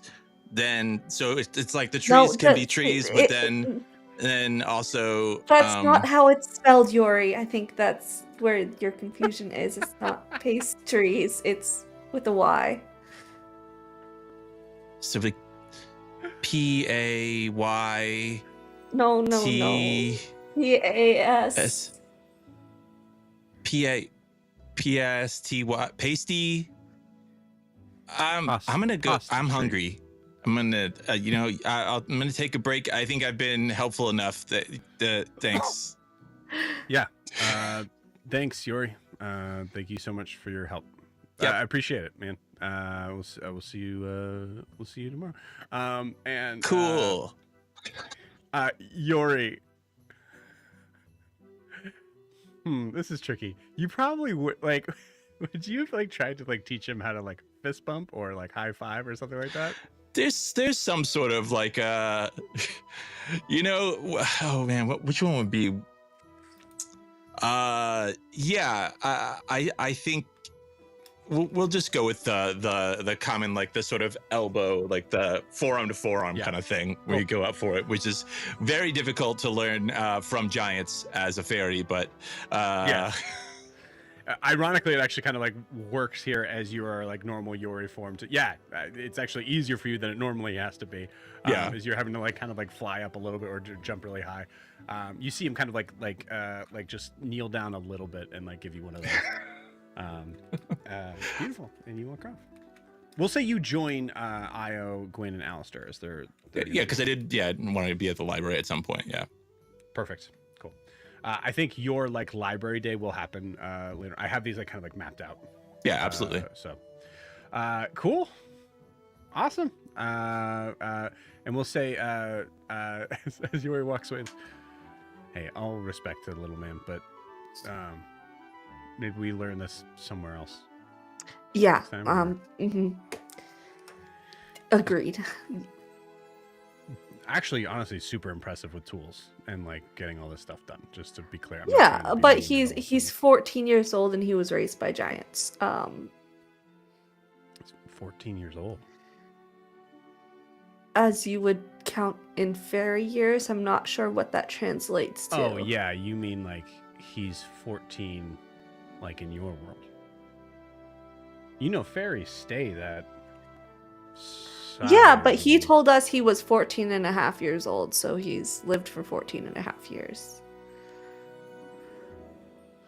At least, Okay. roughly. Did he say generally. that in your world? Yes. Interesting. Oh, I mean, I could be wrong. I don't know. But... I mean, it doesn't really matter. I was 28 2 months ago, and now I'm 50. I mean, it's weird. Time's weird. Yeah, Faye will do that too. Yep. Don't So- touch walls. So this like bonus kind of like question you left at the end of this is Pelegum?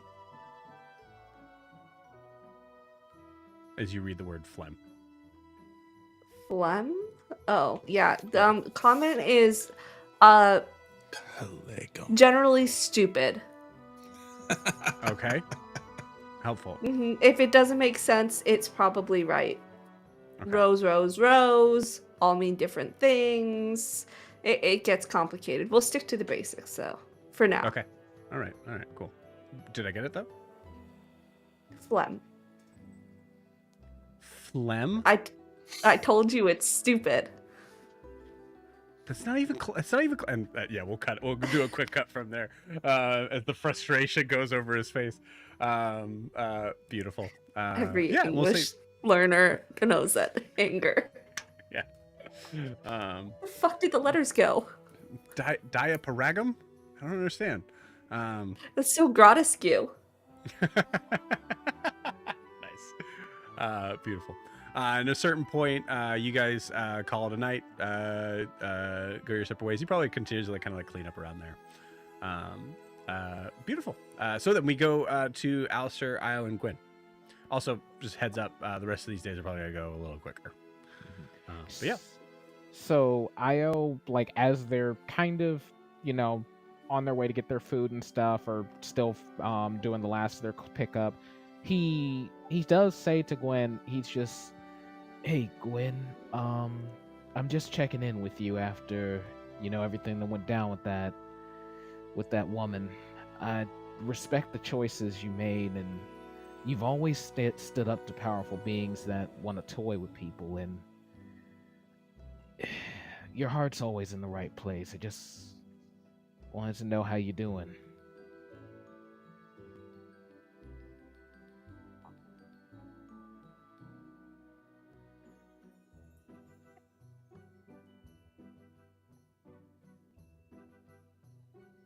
The kids are safe. That's all I can really that's all that's really important right now, I guess.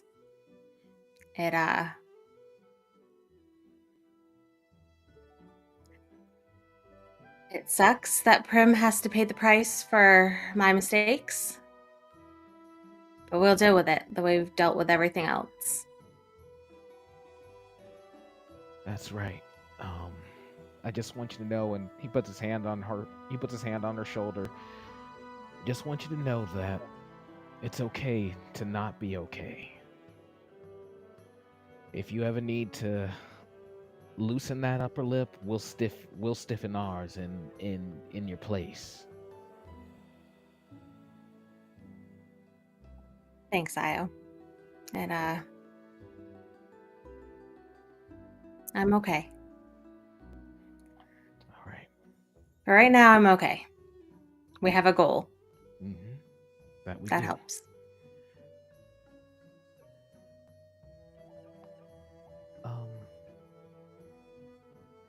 And Al, how are things? How are things with you? Today's been good. Yeah. Just today, one day at a time. Yeah, I mean, it's just been me all day today. It's been great. Did you have fun in the forge? Yeah, Ara is really talented, and Yori is something else. It's pretty special watching those two work. I bet. Honestly, I had half a mind to inject myself into helping y'all out, but I thought I might end up getting more in the way rather than Yeah, you would have. It's just yeah. You're not really a lot of help in those. Yeah, I'm not seasons. I'm not a technical guy. I know that. Yeah. Besides, Car was there for everything else that we needed. It just, you two would have just run into each other. You could stop there. No, he's not he ain't exactly wrong. We all have our strengths, and that's not exactly a strength of mine. And but Not no, of mine either. We But know our there's- strengths. Yeah, there's other ways that we're useful to each other.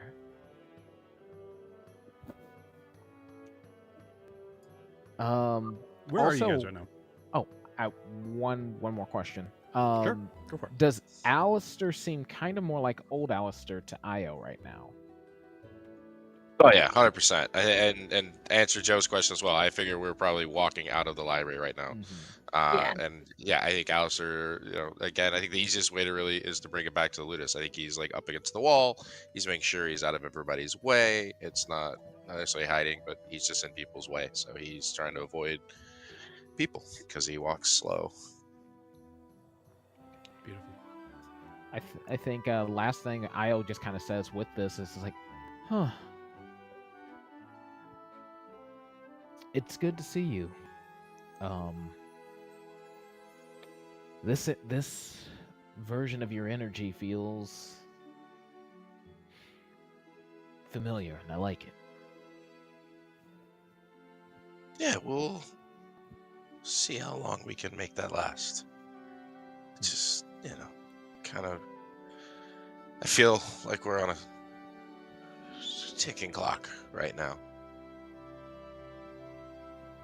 Yeah, that's how things go. Life goes in phases. But I get your meaning.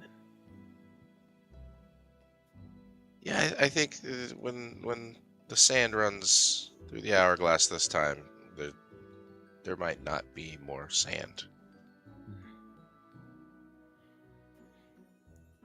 Another figure thing it we out. will deal with when we have to. Damn right. We always find a way. Where are you guys headed? I'll say at this point, Yori catches up to you guys in the direction wherever you're going. I mean, I Find can get you food, I more guess. sand. I mean, there's always more sand. There's a lot of sand. We'll find a desert. Or a beach. Yeah. Gwen, Yes. roll me a history check. with advantage. Ooh, 27. No, 20. Yeah, 27. DC was so much lower, but yeah. You just kind of like, I think like the idea of like thinking back to like desert, sand, Morocco. Wonder what's going on over there. Nothing. Oh, yeah, totally. Every time. All the time. The DM says, "You wonder what's going on over there."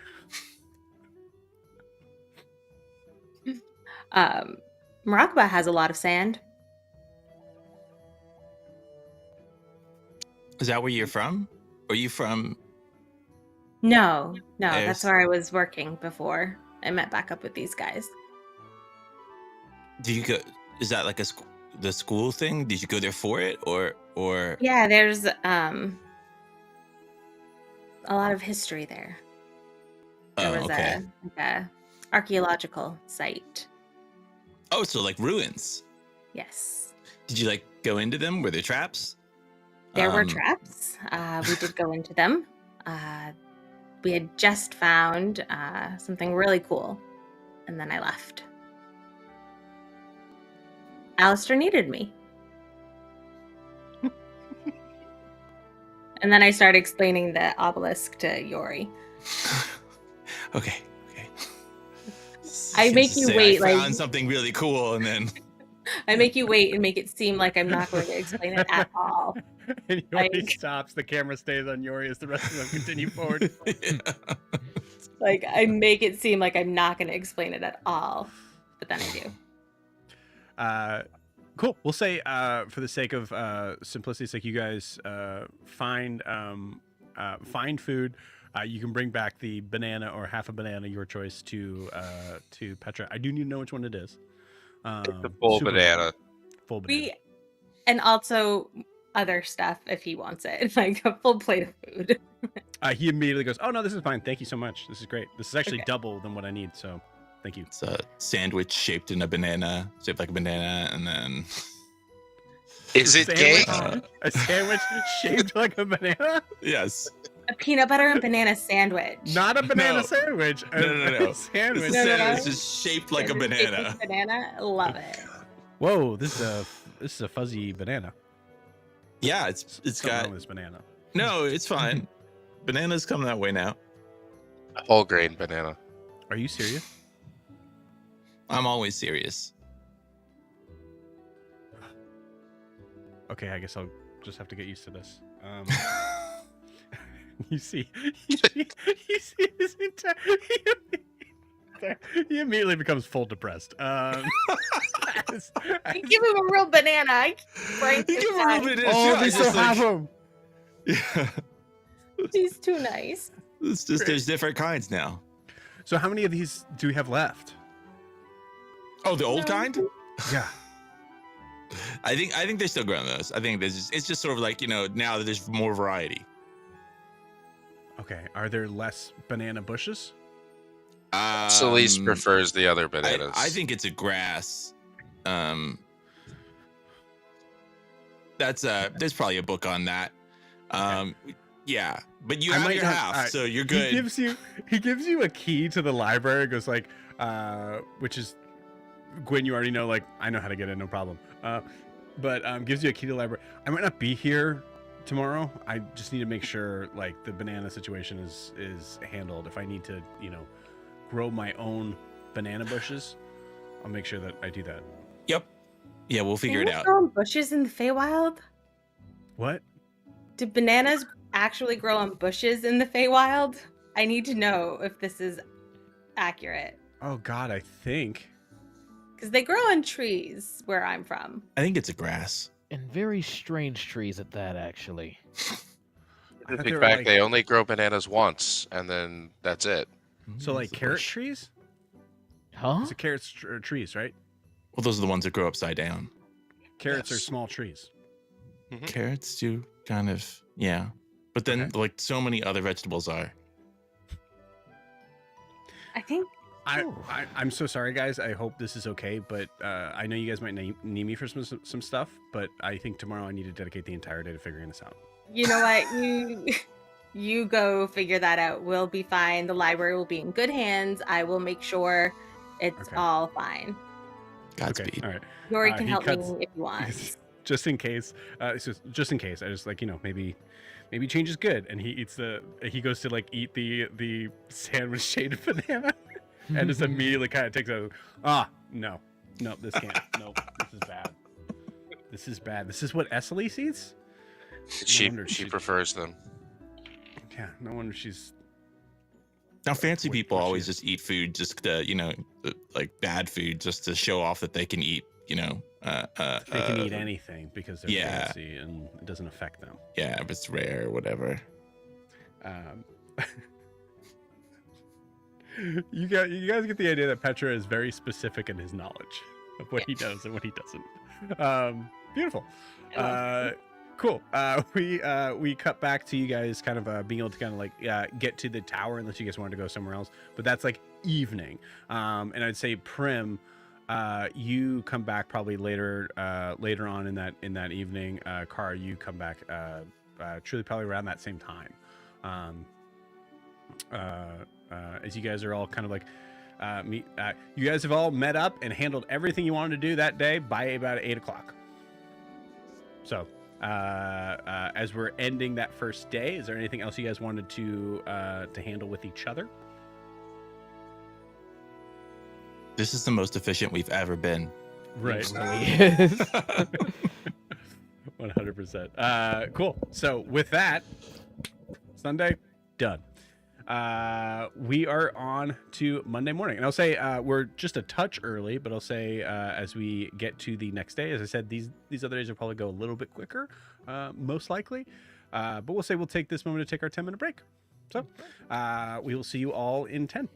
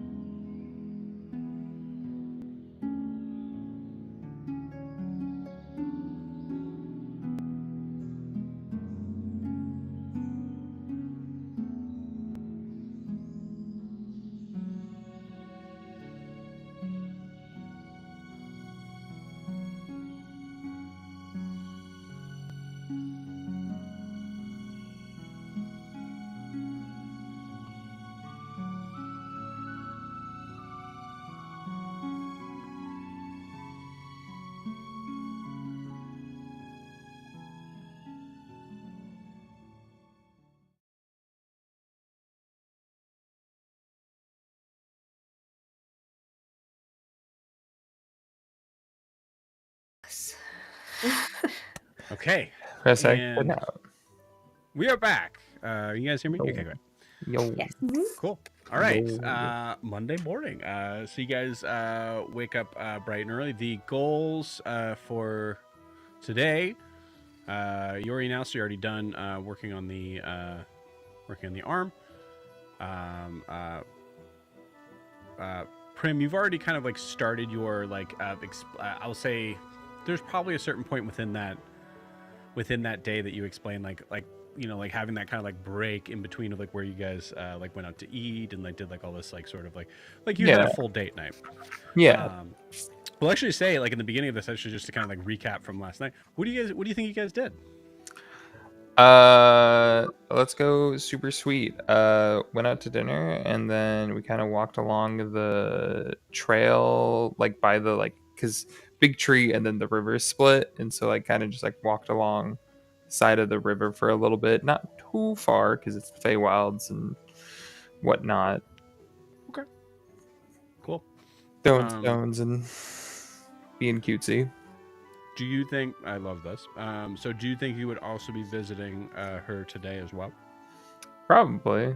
Okay, cool. So we'll say you kind of like there's a certain point where she like kind of like said like, okay, I didn't really want to do shop talk today, but why don't you give me a basic idea of what you're trying to figure out? Yeah. So she is starting the process today on that. Perfect. So that was the goal on that. So that was the request new clothing with personal touches. So all of the stuff like the elvish embroidery, that sort of stuff. Yeah. Gwyn, the goal for you is to continue to do what you're doing. We could say that we could probably push this because I think Gwyn, you're probably by the end kind of done. Eventually, the goal here is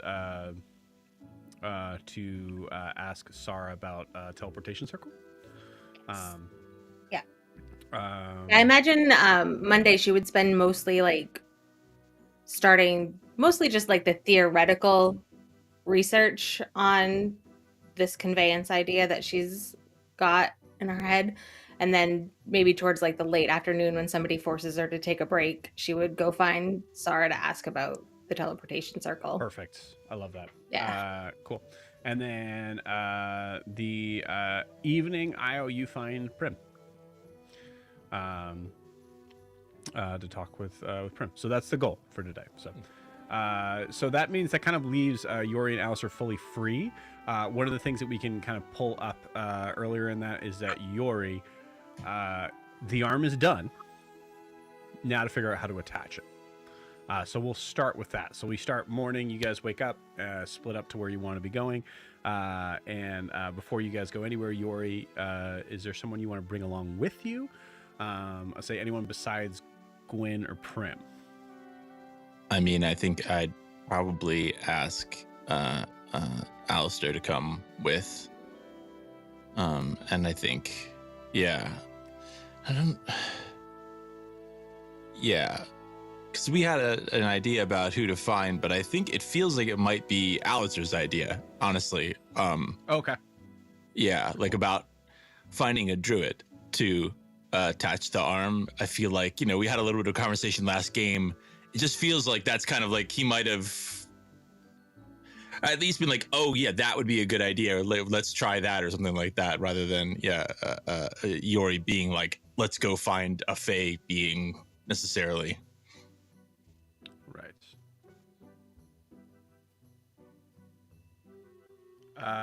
Okay, cool.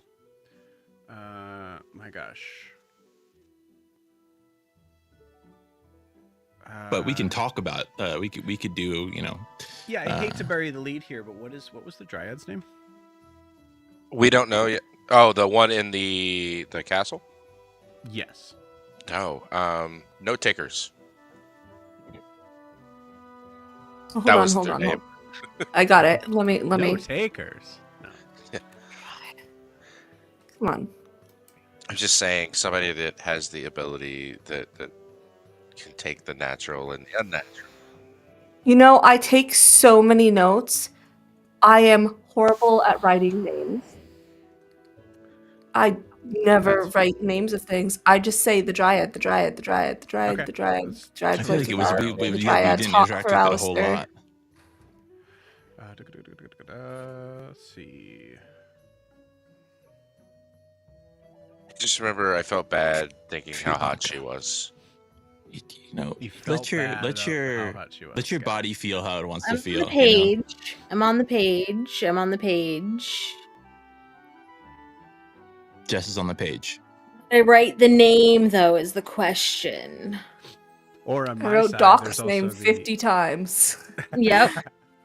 I know Doc's name for sure. 'Cause Doc is a good boy. He's just There's Doc always is a good boy. there's always the A little possibility that you lad. guys never asked or I never told. I just wrote super hot Mm. dryad, Joe. That's all I wrote. I think I do not Yeah. write she may have not given us her name. Yeah. Being a She little just stroked hey dryad. Alistair's cheek. Yep. Yep. Mhm. Just hit you with a little hello. Okay. I just put hot dryad equals polycule. That's my note for her. So. Wow. Wow, guys. All right. Yeah. Not No, to no shame objectify there. her or anything, but No- she was no hot. shame. Okay. I can do this. We'll say just give me a sec. We'll say feel free to role play this moment as I'm trying to find Okay. it. So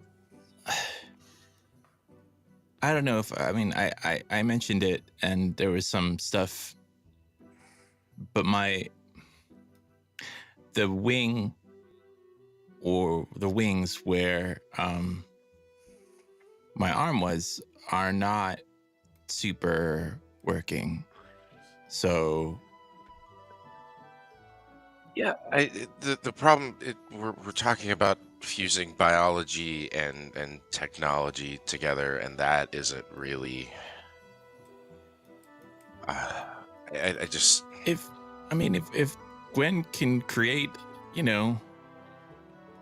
out of nothing, just like your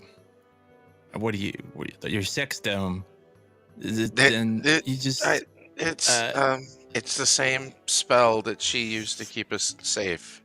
It's not a specific okay. spell. And it's also temporary, and we're looking for something that's more lasting. The spell, not Gwen. Right, Gwen yeah. is We're not. That's not why that's- we're gonna. Because there was that No. cheek and. Okay, so I originally thought we should go see Ives, but I kind of feel like this conversation's gonna make that meeting a little bit more awkward, considering last time she was kind of. But the idea of someone who can, because Huxley could do it, but Huxley's not here, and I'm not. The last time that I heard from him, his words were, "You better be not near me." So I think we need somebody who might know a little bit about how the wings work, and even somebody maybe somebody who is willing to, who is strong enough, powerful enough that you ever see somebody take an insect and just take the wings off it to just kind of see what was going on, not out of spite, but maybe just. And I do that pretty regularly, so yeah, I get what you're saying. Yeah, then you're perfect, and then also maybe somebody who knows a little bit. Yeah. I'm not interested in the polycule though. So. Did Gwen say something to you? It's in the books. My voice gets deeper as I make this. Subconsciously straying away from the character. All right. I think just we could go see Yves, and she could definitely help us out. I'm just maybe point us in the right direction or possibly help. Okay. Strange request, since I do know that you are dead set on this idea, and I will continue to try and talk you out of it. But if you don't want to, did you have plans for your wings once they're gone? Oh, no. I mean, I feel like there would be kind of. Do you know a good way to like dispose of them or something, or like? I will gladly handle that for you. Oh, okay. Done. Awesome. Great. So if she gets really handsy with you, with me, or I would like it if you would step in for me. Would you like me to step in, or is that? Yeah. Well, unless she's actually doing the kind of procedure to attach it, then you don't need to step in so much as maybe help. But if she's doing the other thing with you, I won't step in and help. I'll do the opposite of that. No, if you could step in, that would, well, not help. If you could, Yeah, I know. And maybe we just tell everybody we were at Ara's today. You guys, I not to play the hard no on this, but you guys are in the tower right now, so I would say there's a possibility that someone picks this up. It's up to you guys. Yeah, I mean, what would be? What would they be standing at the door on the way out? Me saying we're not going where we're going. Yeah. Yeah, let's go. Cool. All right. So the weird thing here is that to be able to talk to Ibis means you have to get into the court. Even with your current like sort of things of like, even I think there was even said at a certain point, like, you guys can go anywhere with this. There is that limitation for sure. So I think like above board, I think you guys probably try this. The guards like kind of like just shake their heads. Don't even like respond to you. Just shake their heads at that. And you guys know that you'd have to find Sarah to start that whole process there. So I will say, give me a. What do you give me a survival check with advantage? You guys can choose. That's you, big man. All right.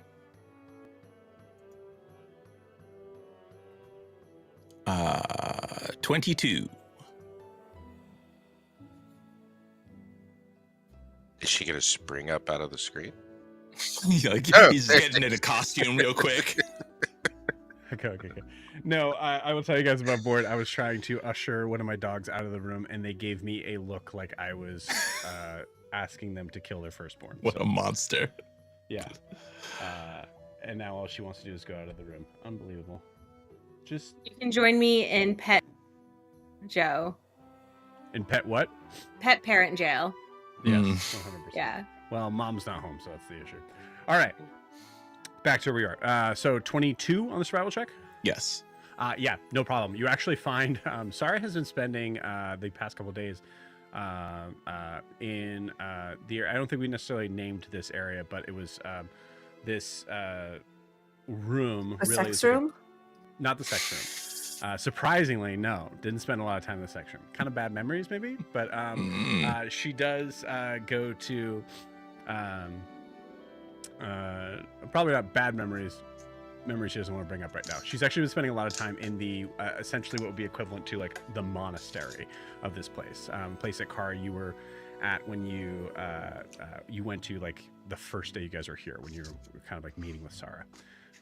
So you guys walk into You have this Coraline, which is not yes. So that statue of Coraline in there. You guys are sticking out like thumbs. Sticking out like thumbs? Is that the expression? Not the expression. Good sore thumb. Good sore thumb. Yeah. You guys come in with all thumbs. Gosh, sorry. As you see, like everybody here is very like hoods over their face, like hiding faces, things like that. It's actually kind of hard to sort of spot where Sarah is. But you were told by Lamaril that this is where she would be at. And she's been spending much of her time here. do you want to do it, or would you prefer it be me? Oh, I think I always get to do it. You do it this time. We're looking for Sarah.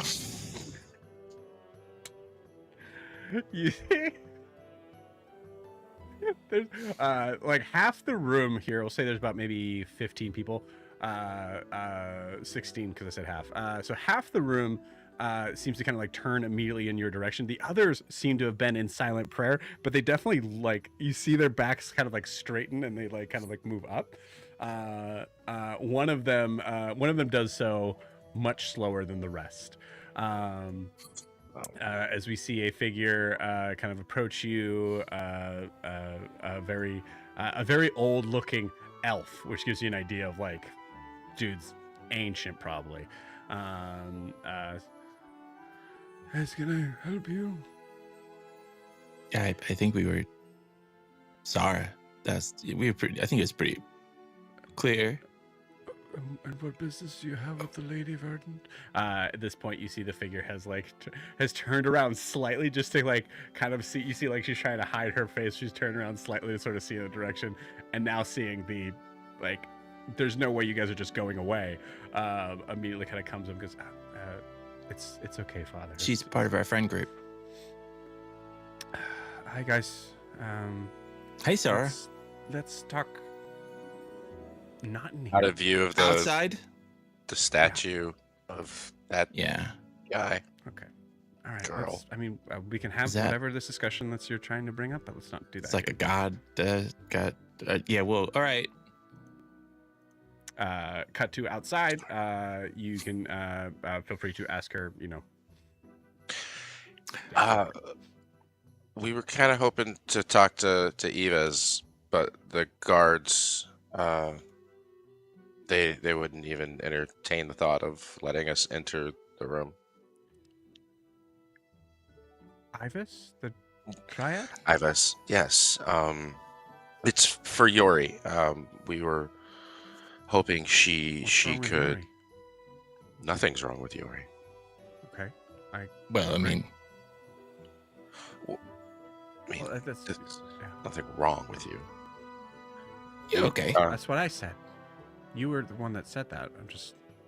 But I'd still like to put like this whole time. By the way, like I think he's just carrying the arm, like kind of slung, just a huge metal, like with a big round like disc on the end of it, where it's gonna attach to the wing and the shoulder. Yeah, just casually kind of. Beautiful. Incredible. Yeah. She. Okay, so you're trying to get something. Yeah. All right. I can let you in. I think from there you're on your own. If you need me, just Yell? no, please don't do that. Just come in and. I mean, my first thought was just to tap every single person on the shoulder. I thought my way It's the would brute what force I- Well, approach. if they're not kneeling, everyone was kneeling when you came in. Yeah. If they're not kneeling, you can just talk to them. If they seem to be in prayer or something, then don't. Okay, but also like I had to stare at that guy my whole life growing up in Eriscar. I just prefer not to.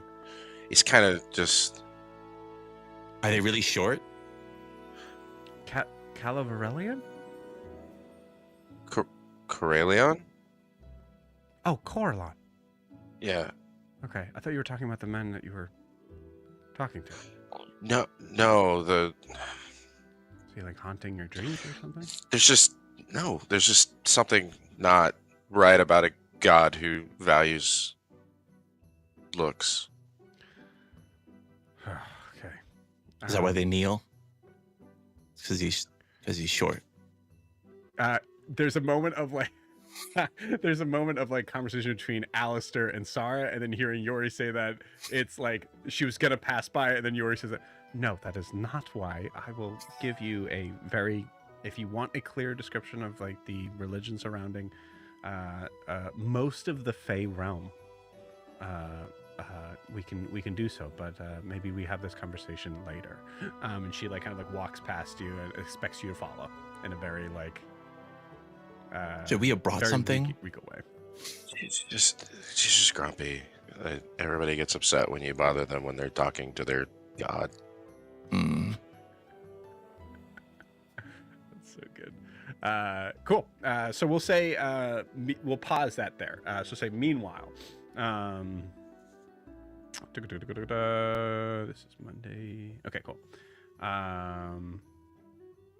Prim, I said there might not be much. It's up to you to like role play here. But so you visit Amaranthiel, and we'll say this. Actually, can you say like specifically what you're trying to figure out for yourself, dress wise? Yeah, and I had a thought. I'll message it to you afterwards, because. Okay. So do you want to pause what you're doing right now? No, I'll do the description and then I'll send you the message and then we'll go from there. Okay.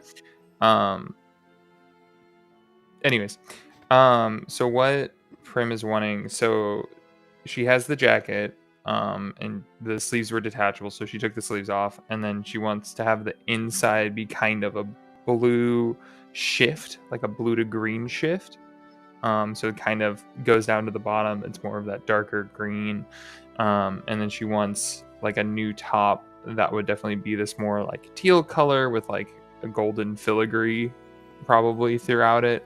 That kind of hugs the assets a little bit better. Sure.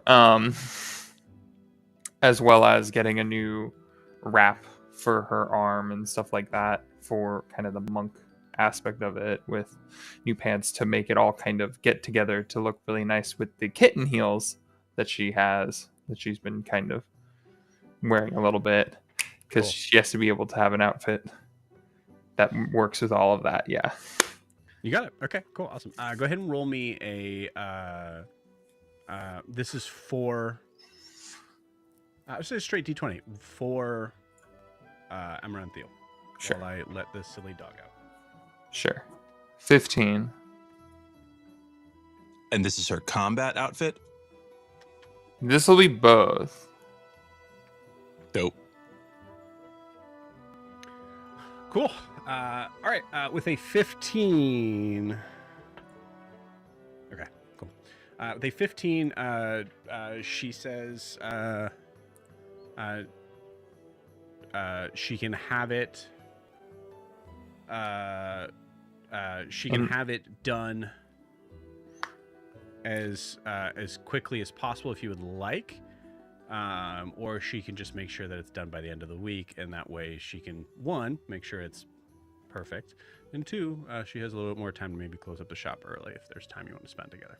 Yeah, so I think in what I send you, I think we'll just shoot for end of week, because I'm also assuming that she's probably going to throw some of her flair with a little bit of like magic and stuff in some spots to make it like Cool. glow or something like that. And then I'll send you that message here in a second, and then we'll just say end of week for it, just You got in it. general. Okay, cool. Yeah. All right, sounds good. Sweet. And then I'll work on sending that to you here in a second. All right. Let's move to Ara and Kara. So now, same thing. We kind of like cut straight to the forge as Kara and Ara are.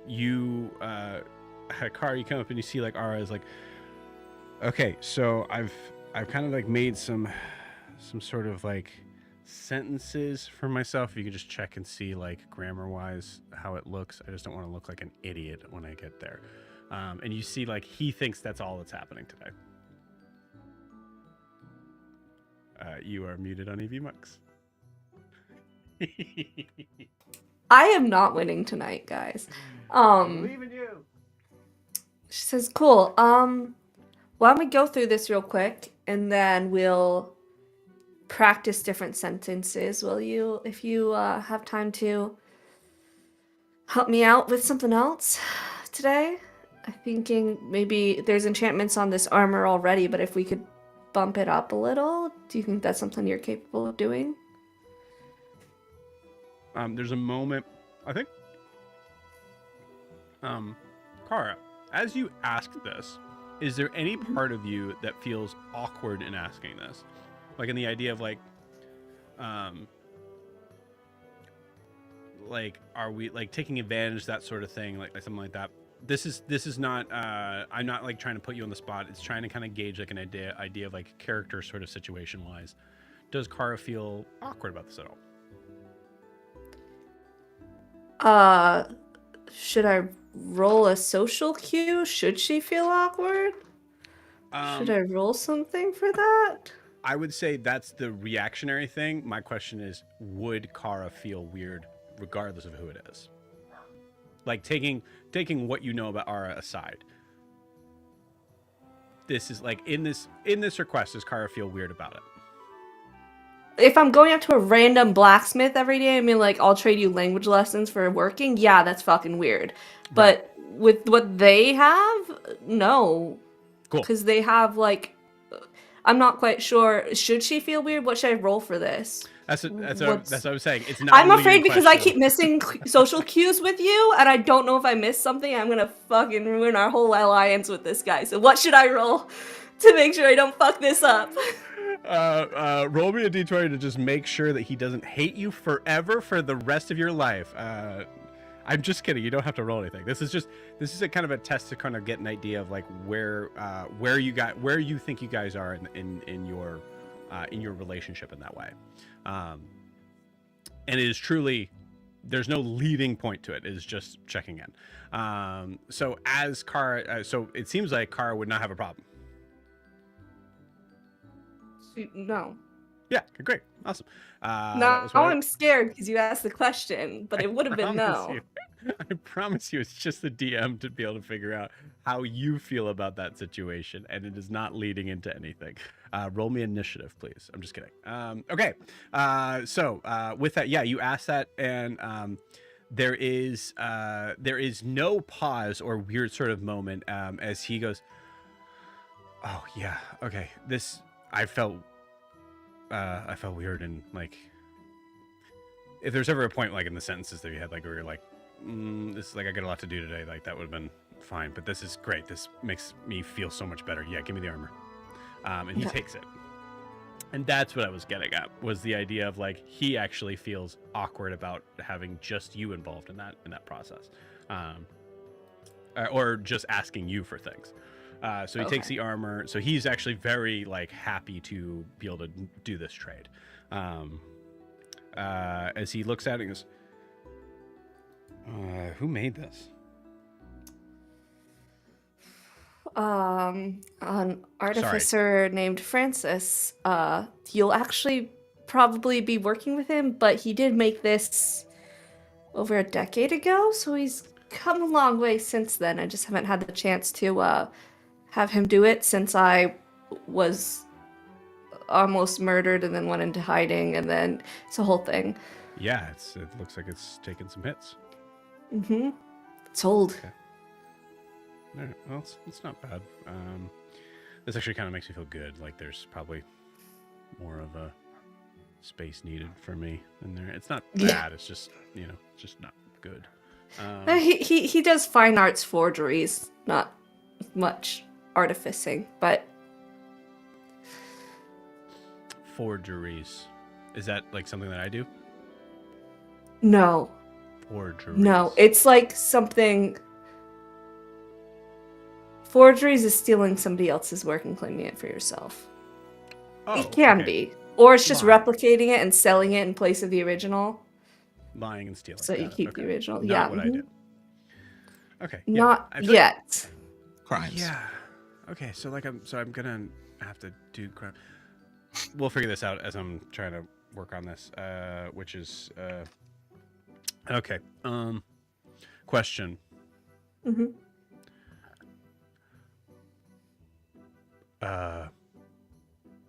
I could really make some like nice like medium armor for you, if you whatever the equivalent of that would be in this world. We'll say like hide like sort of stuff. I could make some of that stuff for you. That would be so much better than this. But do you want to keep this sort of setup here? No, I'll take better over sentimentality. I'm gonna go fuck with the unseelie cord. I'll take whatever I can get. Okay. All right. Cool. Great. Now I'll say above board. The medium armor might be tricky with rogues. Well, I'm a cleric though. medium. was, I okay, so got it was my just it's just the yeah. I equivalency, got that's it. my proficiency from becoming a cleric because I have studded leather +1 right now. So I was trying to go to +2. Cool, you got it. Sweet. So in that case, we'll say because we're having that ball kind of rolling forward actually makes it easier every time to kind of get what you want. So I will say in this case, you are. Okay. So in this case, you're like he's like, okay, I'm gonna need to kind of. This is more his thing. As he points to Kiriel, something like that. But I don't want you to be anywhere near him. I need to do some like measurements stuff. So Yeah, go for it. And you throughout the rest of the day, working on making new armor. In the process of doing that, we will say it is. What is the?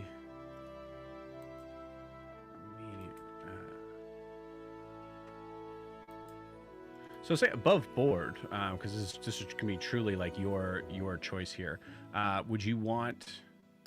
Because I cannot think for the life of me what the differences are. If you wear medium, you add your dexterity modifier to a maximum of +2. Light armor, you add your dexterity modifier total. So, which one would you like to have? I'm looking at the difference. The goal we're going for is +2, either way. It looks like it's the same, isn't it? The studded leather is Depends on what your dex mod is, I guess. +4. So it should be, if you wear light armor, you add your dexterity modifier to the base number from your armor type. But it is less armor. Right? I'm just going to add them both because that's hard for my head, and then I'll see what D&D Beyond calculates it for. Yeah, that works. That's cool. So say just for like describing the armor that's like being made, you notice that he's actually I'm sorry, he has adamantium. Yeah, it's he does have well, adamantium. That'd be cool. Yeah. Do you have heavy armor proficiency as a cleric? Light and medium. Shields cool. and studded leather. Is adamantine leather or heavy? I think it is. No, it's actually exactly the opposite. It's specifically lighter or mithril, whatever their sort of equivalency is. It's one of those two. It's there's technically a difference between the two as far as the D&D. Because I think adamantine would mean that I don't get crit on, but it would give me disadvantage on stealth. Mithril would still give me my stealth. Yes. So the mithril would be better. So I think that's what that's what he like looks at and goes like, okay, so you're like kind of like sneaky stab, right? Yes. Yeah, I went with like the mithril. Studded leather +2 is actually better than hide +2. Okay. So if Perfect. he just updated, or I think adamantine would. Well, adamantine's I would get disadvantage on my stealth checks. So Yeah, I don't so want we're to. focusing on mithril. Mithril would be good though. Yeah. Mithril, okay. So we'll say we'll handle the mechanics of that later as we go through it. We'll just kind of just check and see what the differences are there. But whatever would be best for you is what he's going for. As he is truly just kind of get the idea of like what sort of substance we're using for this, right? So so he said I still have a little bit of mithril that would probably work pretty well. I just need to make sure that we're like sparing with where we put it, and just immediately starts to kind of get to work of like, okay, I need you to hold this here and like that sort of stuff. And I'll say same sort of things as applying car. Like he's doing most of the like physical labor work, but that part of it is actually pretty normal for him to do. You're expediting the process of how quickly he can do this, as it would normally take him +2. I would say probably takes him about usually like 3 or 4 days to get, but that's without help.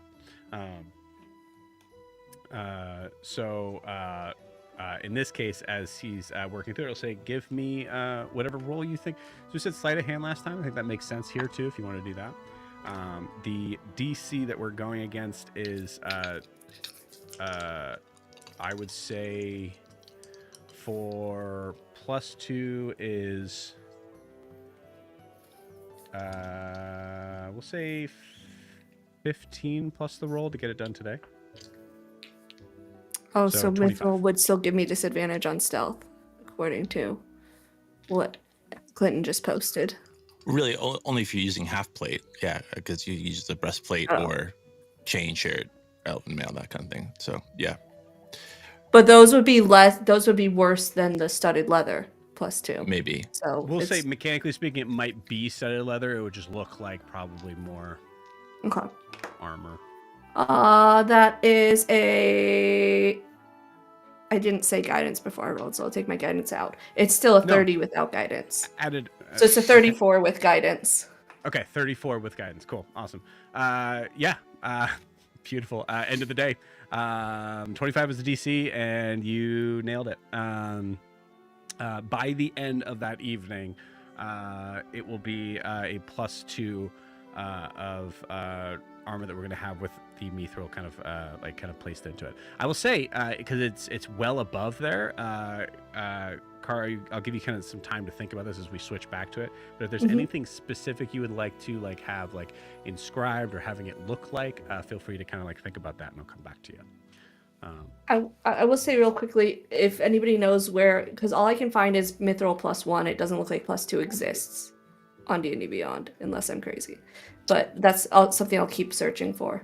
Yeah, and if not, we'll make it. It's not that big of a deal. Okay. We'll So it might. So it would be better mithril then, because Yeah. +1's the same as +2 studded leather. Okay. Cool.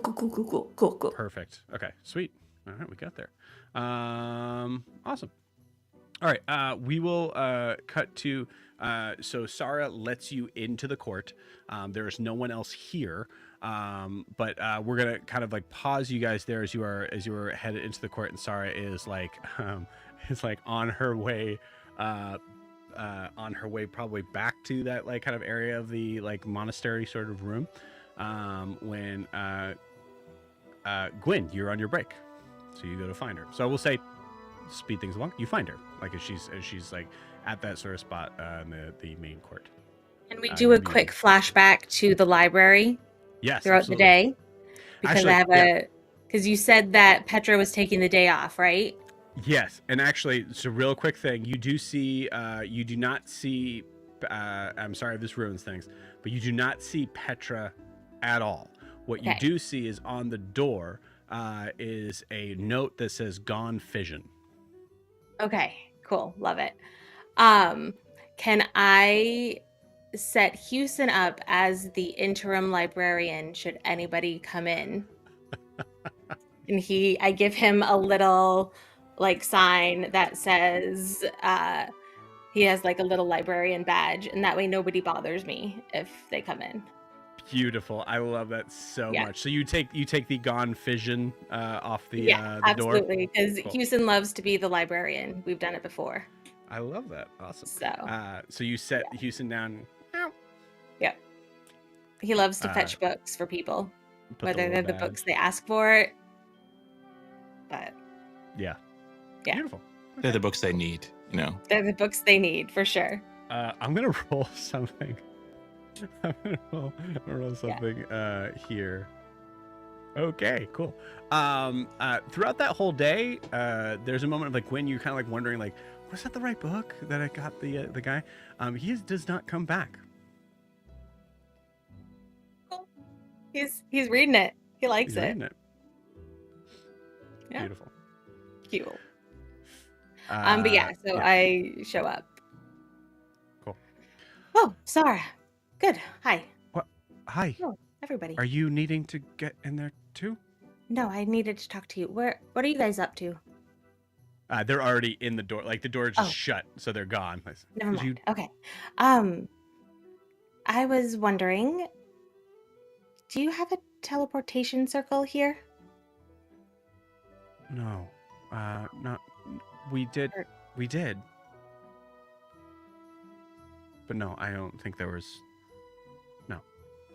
Not anymore. Okay. I could talk to somebody about it. Okay. We were just coming up with contingency plans if we needed to get somewhere quickly. Yeah. Okay. I will. You're making me talk to Esalise, but I will. Yeah. I'll. I'm talk to very Esalise. sorry about that. And if you'd like, when you're done with it, come find me and we'll drink about it. Okay. Is everything? No, I just don't like her. Oh yeah. Okay. Well, maybe we move away from the guards as you say that. Oh, she, like, I don't as really you- care if anybody hears me say that, but all right. You That's see the probably bad guards are for like you. doing the full like British court thing where they're just staring 20 yards ahead. Just, even more so than like they weren't before. Now they are. So they Try not definitely to heard make that. your life harder. Yeah, I appreciate that. Yeah. Okay. Yeah, I'll bring it up and I will assert my power as the Lady Verdant. I very much appreciate it. And if we needed it, so would everybody else. It might actually help to kind of, if you're okay with it, to be able to say like the heroes of Iabellon need a place to be able to get back to. If that helps. Yes. All right. Yeah, I can. I'll jump into that. Thank you. I appreciate it. And like I said, if you need a place to de-stress afterwards, come to the tower. Roll me a persuasion check. 24. I was gonna say the DC's 20, so yeah. There's certain points through this session that I've been like, is that too high? And every time I'm proven wrong. Cool. So yeah, so the 24. She goes. You see that she's actually like wearing very like she's not wearing like luxurious sort of regal outfit. She's actually wearing very like heavy sort of robes, and you see like she has put the cowl down, but you can definitely tell there's this very long extended back sort of hood. And she's yeah, I would love that actually. Tonight. Sounds great. Well, I left Houston in charge of the library, so I should go check on that and finish up. Houston? My cat. He's a very good librarian. Oh. See you tonight. Okay. And I'm just gonna leave her with that. Yeah, you leave her. It's just, and like she fully thinks you have a fully like human conscious level cat. From. I mean, he's very close. He's very close. Yeah. Cool. Yeah, you come back to Houston. You come back to seeing like someone kind of like leave, looking at a book.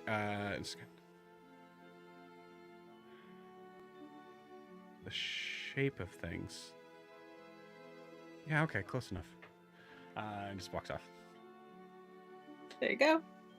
He does a good job. Beautiful.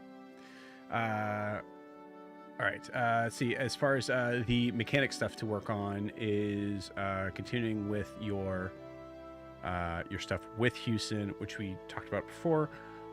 Your spell scroll is done, I believe. Yes. Yeah. Cool. All right, and then Petra's out, so there's no learning language today. Yeah, I feel like she probably would pick up some from just the books around. Okay. From written Yeah. language. Cool. I'll say so we'll give you a shot at it. The DC does not come down because now it's a fully different way of learning. Yeah. So DC 25. Which one am I rolling again? I would say probably investigation, but you can convince me otherwise if you'd like. No, I think investigation makes sense. That one's better. 19. Still not. Okay. Still not there, Yeah. but yeah, closer. Cool. All right. We come to Yori and Alistair. You guys are in the verdant court. You see the tree with like this very like just barely the like sort of like facial feature structures. You can see Ibis is in the tree in the center of the courtroom.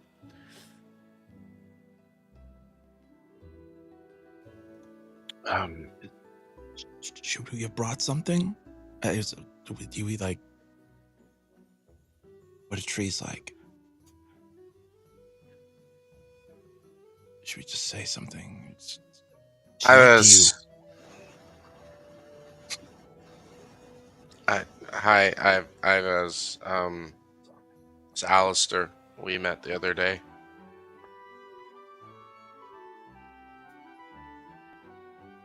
You see very, very, very creepily the eyes snap open as yellow eyes appear. Pupilless, irisless, really. It's just flat yellow. As the figure kind of like turns its head slowly, you hear this like crack, crack, crack, crack, crack, snap. As she like slowly is like snapping herself out of the tree. Looks and goes, there you are. We missed you at the ball. This was the other night. I do not put myself in such frivolity. But it's nice to hear that you missed me. We did.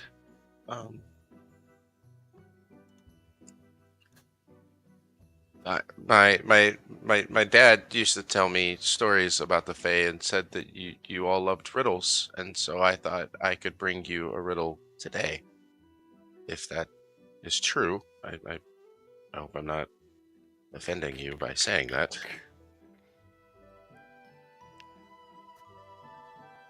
I've heard many riddles in my centuries,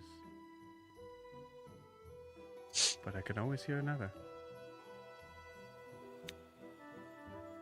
How do you attach a metal arm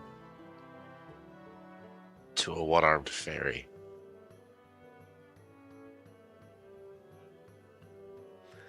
Turns very slowly. You hear like every sort of movement. There's just this like slight bit of snapping as Amaranthiel looks down at Yori with a missing arm and an iron arm.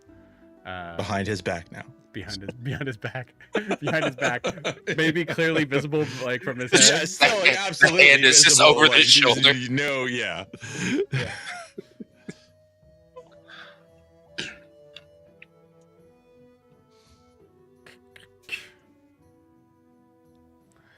Is the answer to this riddle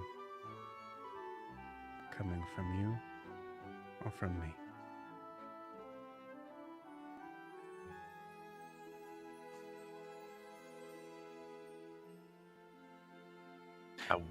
We don't know the answer.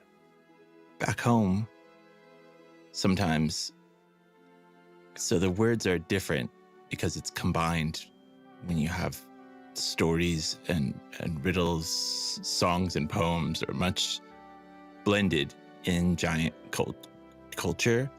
And so sometimes with a riddle, when we had the kind of riddle contests, the person who came up with the best answer was the winner, not who knew the answer and the person who asked was like knew it back. That always seemed weird to me because it's like, if you already know, why ask?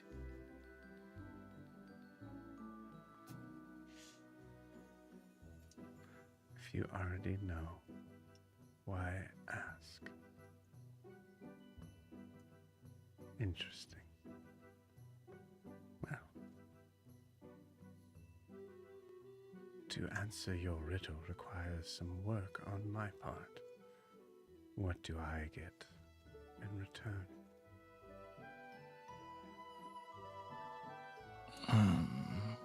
A name. Is it a name that you have the right to give? but it's a name that I think you would be interested in knowing. Knowledge is worth far more than most other things, certainly more than trinkets or baubles. Knowledge. She extends a hand out towards your face. It's not everything. It strokes down your cheek.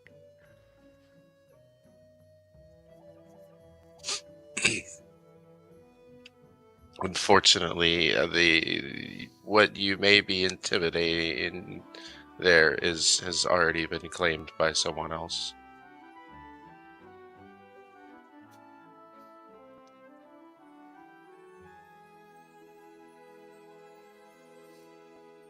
I imagine knowing the future is not one of your stronger suits, Alistair. Yet, Rolling persuasion check. the flash of genius before I even roll. Yeah. Uh, So you can bardic if you like. I'll bardic it. Count this, towards it. Story. We'll call the DC 20. 23 Okay. Cool. Yes. with everything. Yeah. There's plus 8 there that helped me out. Nice. Cool. Fine. Meet me at the bottom of the tree tonight. And of course, bring the fairy.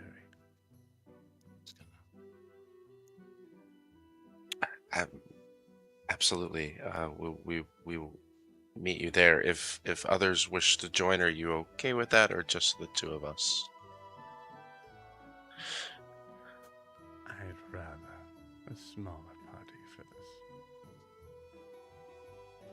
this. Of course, we will. You don't have anything else. You tried. Yeah. So, I mean, yeah. I saw it. I should be clear. In the process of replacing that which was lost in this way,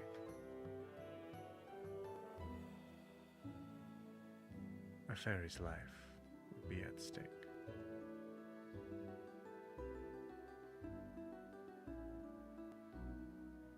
I'm okay with that.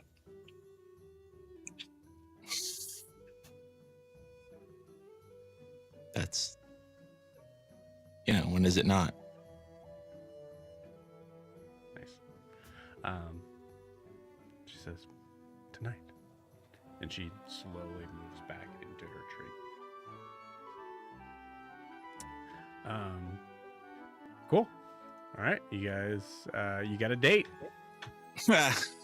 Yeah. I was there. You clearly tried to invite others, and so the effort, what are you gonna do? I mean, any other time, I mean, it's just, I'm at this moment, I'm currently occupied, but any other time. Also, roll me I'd say an Arcana check. Yeah. 15. Okay, cool. With a 15, you wonder what that means. A fairy's life is at stake.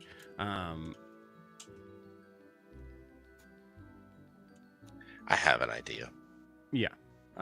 So there's, I would say there's possible things that could help you, or in this case, help Yori to not die on the table. In case something goes wrong. Cool. All right. Let's see. What else we got?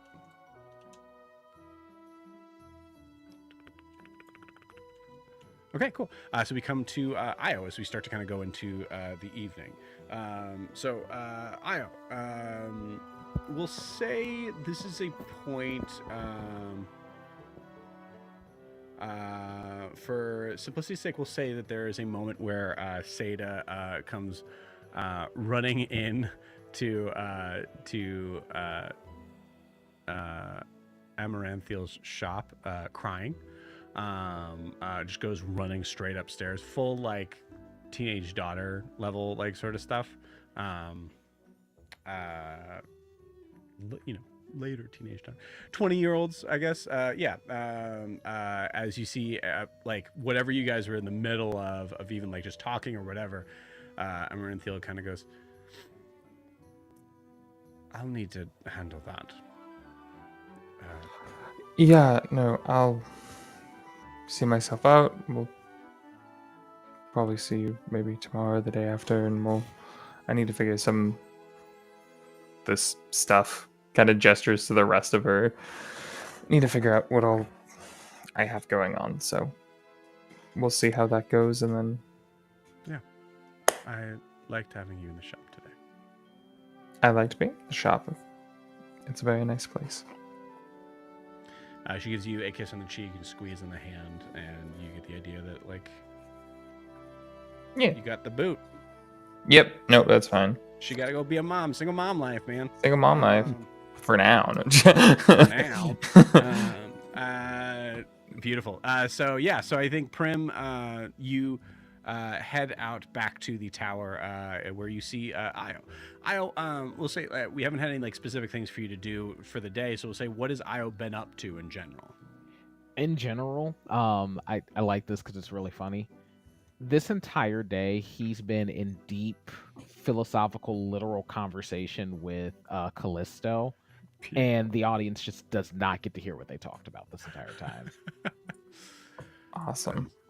And so, anyways, that's just basic understanding of what we would define as string theory. The door opens. Fascinating. Hey, Prim. How are you? It's been nice the last couple of days. Spending some time with Amaranthiel.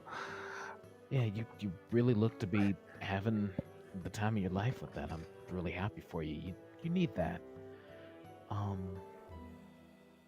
So now that you've come into this deal, have you noticed any kind of abilities that you've gained?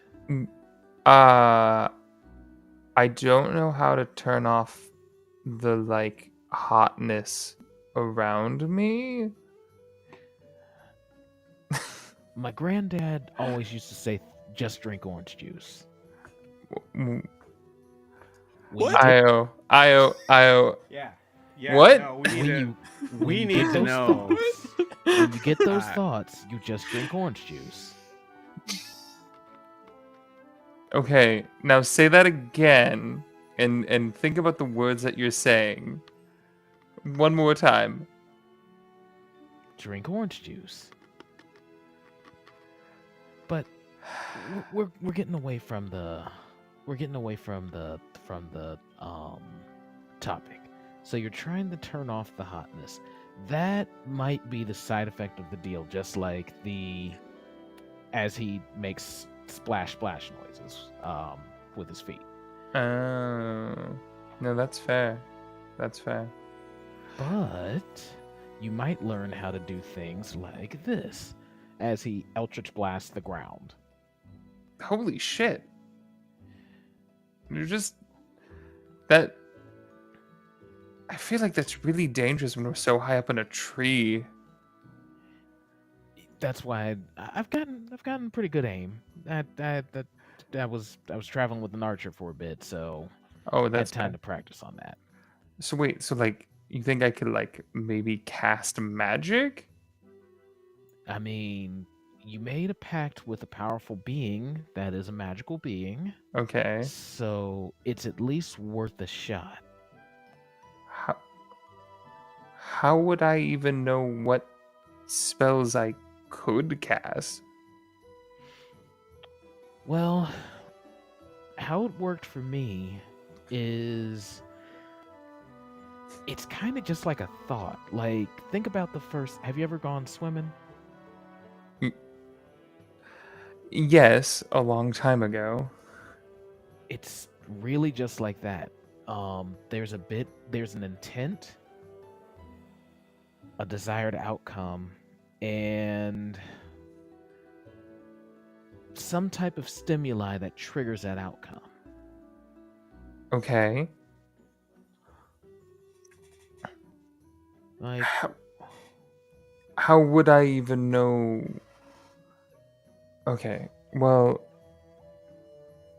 and she'll kind of like for a second like think, and then she'll uh maybe try this, and she'll cast Find Familiar, and Spat will just kind of like, that's where that rat bastard has been. You see Callisto immediately go, "Oh God, okay, nope, none of that. Don't like that." As this creature just kind of, wow, that's kind of funny. What is it? Hey, Callisto, what is it about him that, what? So, is this the little guy you were talking about, Prim? Yeah. See, there was a will and there was an intent. What were you exactly thinking? Mm, I was thinking I wanted to figure out how to cast a spell and who would potentially help me, but the thing that Esselise gave me? Okay, that's a start. The who might be that little guy. Callisto, why don't you like him? Is it because he's purple?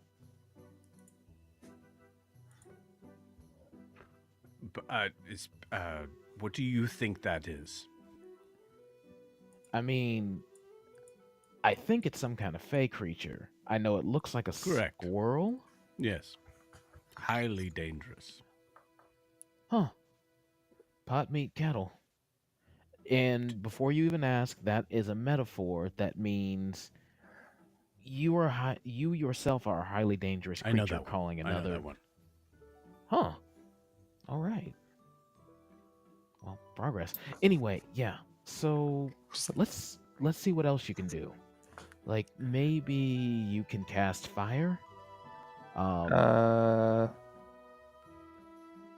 Okay. And just sets Spat on her shoulder then, just to like get him out of the way. Cool. Um Give me a nature check on Spat. Sure.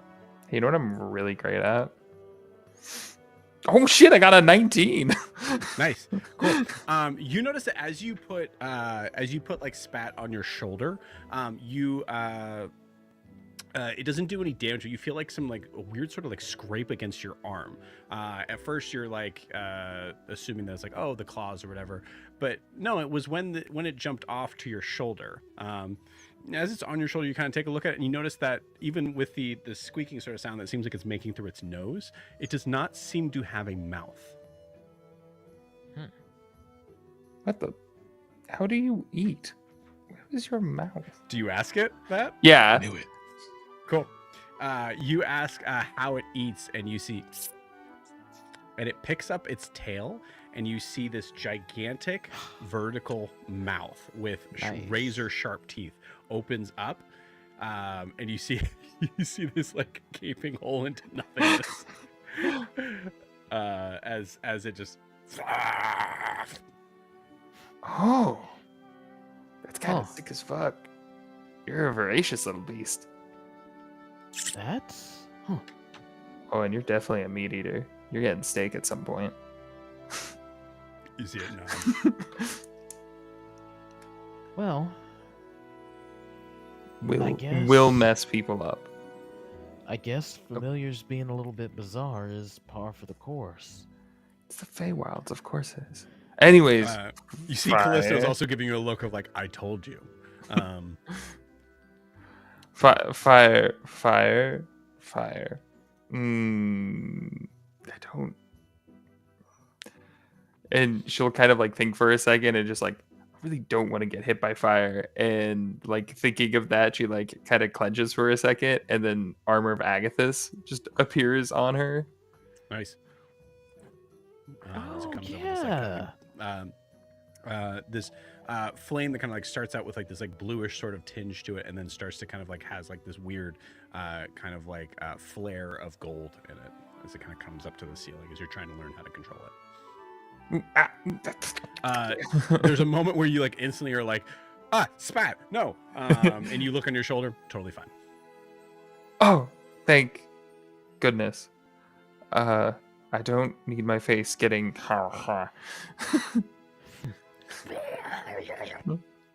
Yeah, not putting head near. Maybe if I had you like, it's fine. It's fine. It's fine. It's fine. Anyway, it looks like you're getting the hang of it pretty quickly. Yeah, I guess. I wonder if there's like, and she's gonna like back up a little bit, and click the heels to get them to do where she can like run on walls and shit.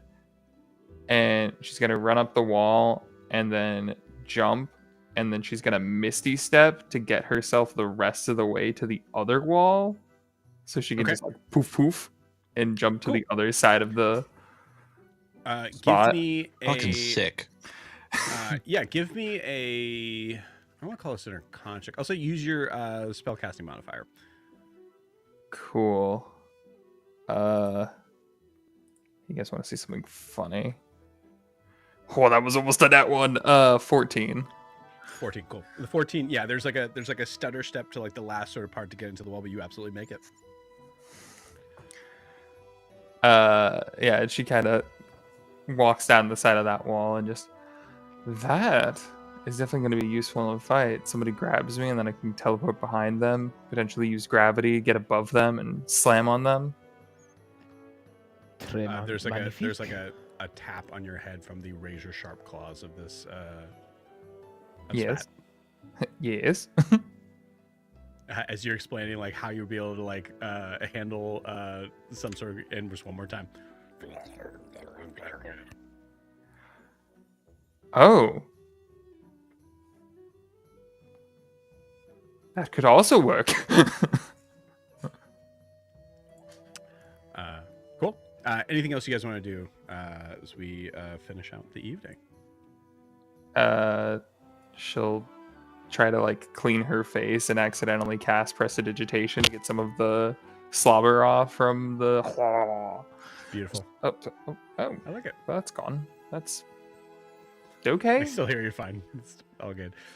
Cool. And with that, so what we're going to do is above board, I just messaged the group on this, but we're going to say to move the time forward, we're going to say that small retcon, Iva said next, so like tomorrow night.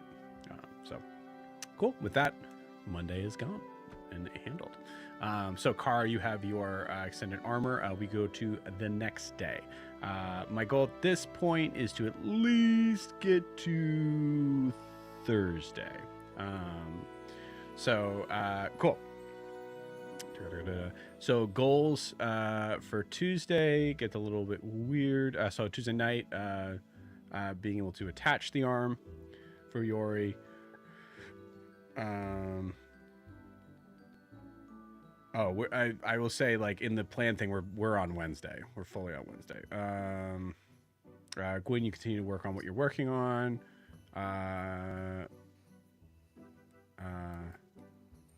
Prim, in the late afternoon, you might seek out Eslise. And then evening talk with Io and Alistair. And Tuesday, Kara was just the dagger. And the dagger. more language Cool. lessons. All right. So, yeah, we forgot to do the language lesson thing. So we'll do that for the Monday. I'll just roll twice for today. Yeah, perfect. Let's do it. So we'll say first one. So the DC was 25 before, right? Which you got. And now No, we didn't get. You said it was 25, and then we halved it to be able to make sure that both halved of you guys it. kind of like nailed it. Yeah. So now it's 10. So DC's 10 for both of you. So 10 to understand, 10 to perform. I'm doing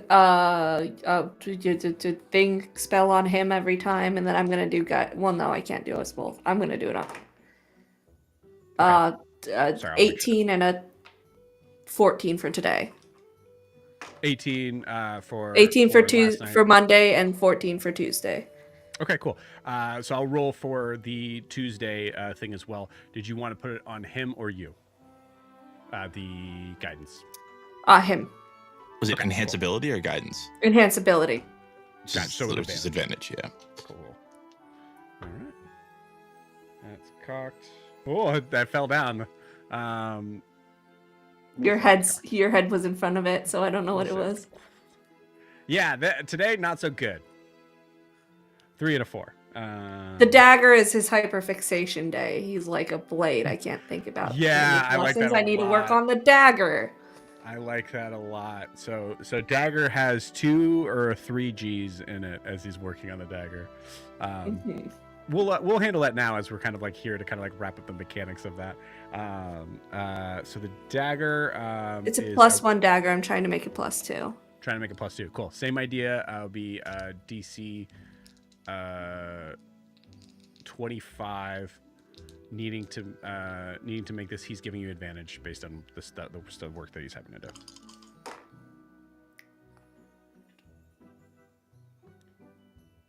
$29. You got it. +2 dagger. Beautiful. Nice. Sweet. Okay. Let's see. What else did I say for Tuesday? Prim seeking Esalise, and then obviously Yori and Alistair thing for the evening. Let's handle the Gwen stuff. So Petra's back in the library. Goes, hey, good news. We're fine. I kept talking about like the bananas are disappearing, and they were super confused in what I was talking about, but that's okay. I did actually have them like show me. Did you know they grow on trees? Yeah, I did know that. I was just concerned that maybe they grew on something else here. No, it's like giant, like Yeah. It's what happens with like carrots after a certain amount of time. They grow up and they like Carrots wood grow kind in of the stuff. ground. You do know that, right? Yeah, I know. And then they become Okay. trees if they're not pulled out. So these are the ones that are Yeah, okay. That's that are great. still around after. I'm going to work on my work.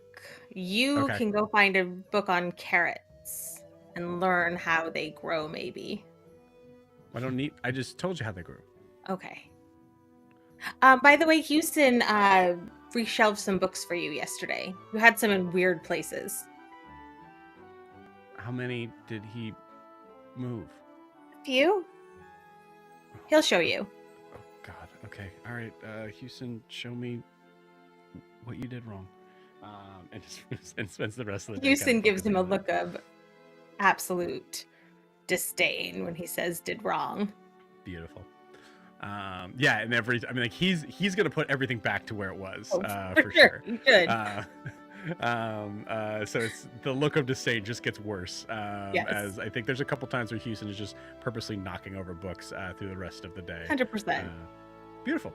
Yeah. Is Yori doing anything today? Could Gwen find Yori like around midday at all? I don't have anything listed right now. Yeah, I mean, there was a bunch of stuff that he was gonna look up in the library, but it wasn't That's anything right. important. Oh, so if he's in It the was, library, it was that still would stuff, but he'd be in the library. Yeah. if he's perfect. She would find him and ask him a whole bunch of questions about how his enlarge, reduce sort of stuff works. Like the mechanics of it and everything. Yeah. Oh, depends Petra on jumps which. in and just goes like, "Is it like the carrot? Like, is it like carrots?" No, No, Houston, come on. And just runs out. Yeah, I can show you. But it depends which. So I kind of used two. There was one that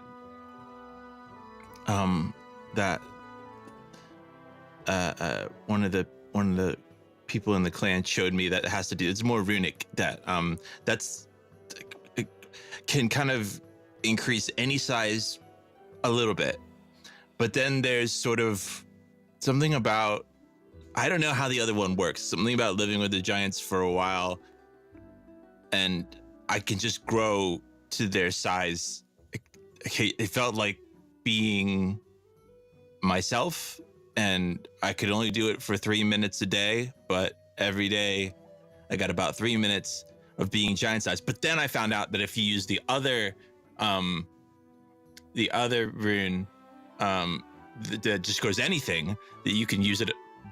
I could use it while I was doing that and then get like even bigger, which was, I try not to do it around the other giants because they kind of jealous, because size is really important to That makes a lot of sense. Have you ever used it on like an item that you then put on like a creature to make the creature grow large? No, but there was this weird time when with Fenrir, where when Fenrir was born, something happened, and he just kind of, it was definitely related to some of the stuff that I do, and he got bigger, but it wasn't an item. And so yeah, I've never tried to, I've used it on items, like when we tried to make the gunpowder really big so we could like blow up the city. That's or right. The guy, but I've never, but I'd be willing to help if you wanted just to, I mean, I could show you a little bit of time to maybe just show me maybe the runes. Yeah, I could do that, and I could even use it for you, so you can kind of see how it looks, I guess, as you look at it and see. Yeah, absolutely. That would be amazing, Yori. Thank you. Cool. But I don't want to take too much of your time. You look like you are doing something very important too. I just there's a big library and there's lots of books, and I mean there's stuff about, I was trying to find stuff about fairies and about giants and about stars and about maybe the Rune King. It's like I keep trying to get a book, and then I open it, and then I think of another book that I want, and then I get up, and then I have to go get that book. You're exactly what you mean. Yeah. It's a library. Mm-hmm. Well, we've got some time, so let's do it. Cool. And then I mean, I only really have one spell slot, so I'll do it once. That's yeah. So as you do that, Yori, you explain anything of like what's gonna happen tonight? No, I don't think so. No. Okay. I don't know. Yeah. And unless if it comes up, I'm not hiding it intentionally. I just don't think he quite brings it up, and also whatever's going on with the whole Alistair dryad thing is just awkward to talk about or explain. So yeah. Cool. Makes total sense. Don't get in the middle of mom and dad, kid. Great. So I think Alistair, actually real quick, just to check in, where would you be? I mean, I don't really have anything else going, so probably I would be within sight of Gwen. But yeah, the mess is a lot. So do we finish everything you wanted to do? Yeah, we did. I mean, the only thing I said was spend what Kara's doing, and she's handling it, so we're good. Cool. Awesome. Great. So we'll say that you're in the library as well. Cool. I would say like at a certain point when Yori's away, like the thought, Alistair, give me the. Yeah. I'm trying to think of how this would be. No, I guess we'll kind of put this to like character sort of like thought process here. Alistair, there's a moment where you like look at Yori and recognize that Yori like not talking about something that was happening that evening, I'll say, given like your what I would imagine, Alistair's kind of like thought processes. And you recognize that there might be a moment where this is extremely dangerous. There's an idea that maybe, we'll say, what you put in chat might be the case, but even so, you're not entirely sure. Is there anything that you wanted to kind of like bring up or focus on to maybe prep for that? Yeah, I think, I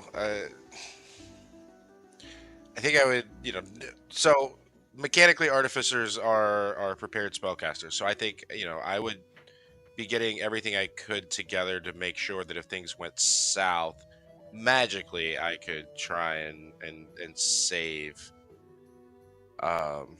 Yori if something goes wrong. But yeah, I mean, honestly, like as funny as it is to think about the Dryad, at some point I would probably bring the whole thing up to Gwen and just be like, listen, this is happening.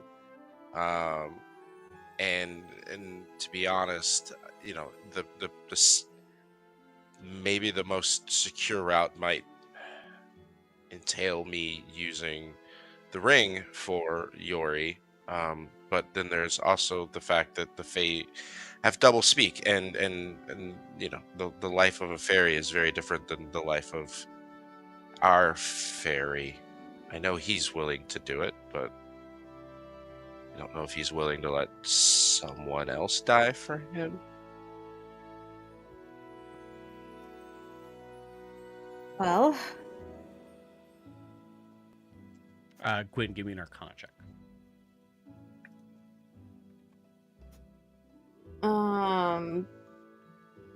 what's my Arcana? Plus 8, 16. Okay, cool. With a 16, as mentioned, the double speak is perhaps purposely confusing, but the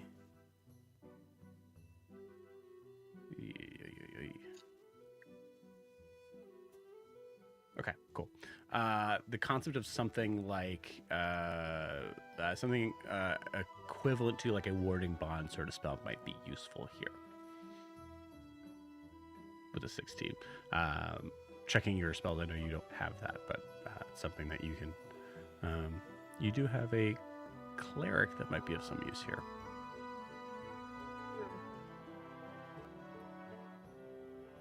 She's gonna, on her finger there, she's gonna take a ring off. Kara gave this to me when we first got here.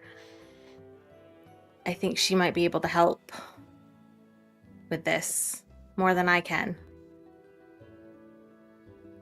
Don't give me that look. This is her wheelhouse more than it's mine. Horror that bothers me. It's where that comes from. But yeah.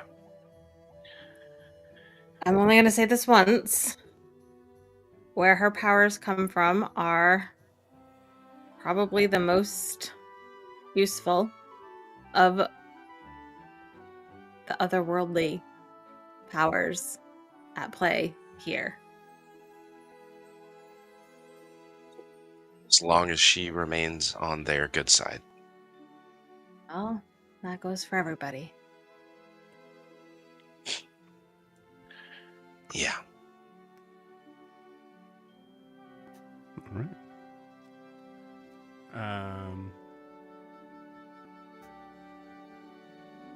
Hey, Kara. Yeah, we'll say by that evening you come up to Karin, and this is the dagger is done. You guys are back to like kind of like working stuff out, and you see that like Kara, you notice that like Ara's like head is just like, okay, so No, I shouldn't have gone to conjugation so quickly. We can backtrack. We can do something simpler tomorrow. I think yeah, let's call it for today. Yeah, Bobby, while Mike had a better See, effect on the teacher. You're not helping. So You're that's just the whole referencing, thing. Yeah. Okay, cool. Yeah, okay. I'm still stuck on that, like, so I before E except after C, and then sometimes it's not. But it doesn't actually happen like 75% of the time. It's a stupid Right. rule. But like I said, common is stupid. I mean, don't worry about. You're actually learning it way faster than most people. You're doing an excellent job. Yeah. But I think like tonight we should probably call it. Okay. All right. Fine. What's up, Alistair? Do you need something? Hey. Yeah. Kara, I was hoping I could talk to you for a minute about. Wait, hold on. Sure. Let me try something real quick. Hello, Alistair. how was your day?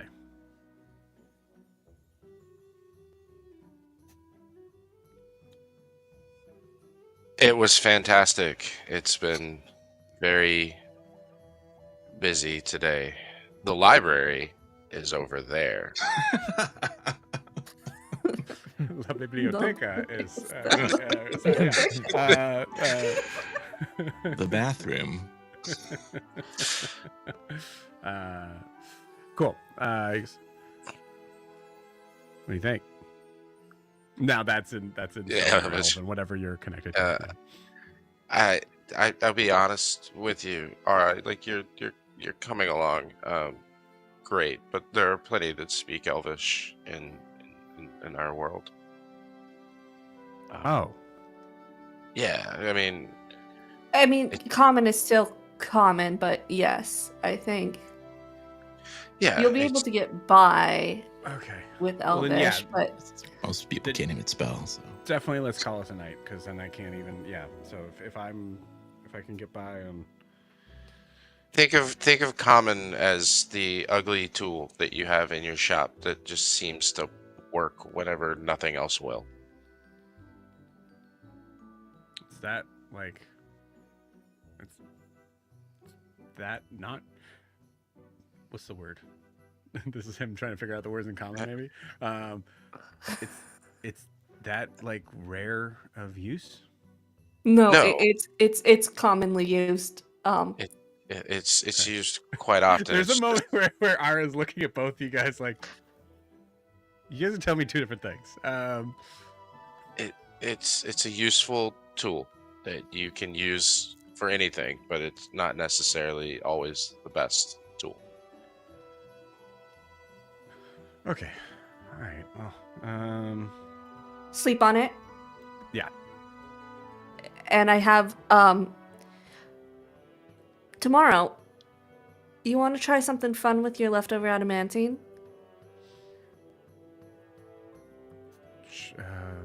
Sure. Yeah. I mean, it's it's just scrap right now. So We'll hit up the Bowyer. What the fuck is that word? Bowyer. Bowyer. Yeah. Bowyer. Whatever. We'll hit up the bow guy. We'll head up the bully. and we'll do something fun with that adamantine. Okay. All right. All right. In common, have a good night, and try and figure out if I meant with an N or a K. I didn't cover the night with the K. What's a knight with a K? What does that mean? Homework. Kite? Knigget. Nope. No. No. All right. They're Yeah, soldiers, all right. guards, knights. Okay, cool. And I say knight in Elvish.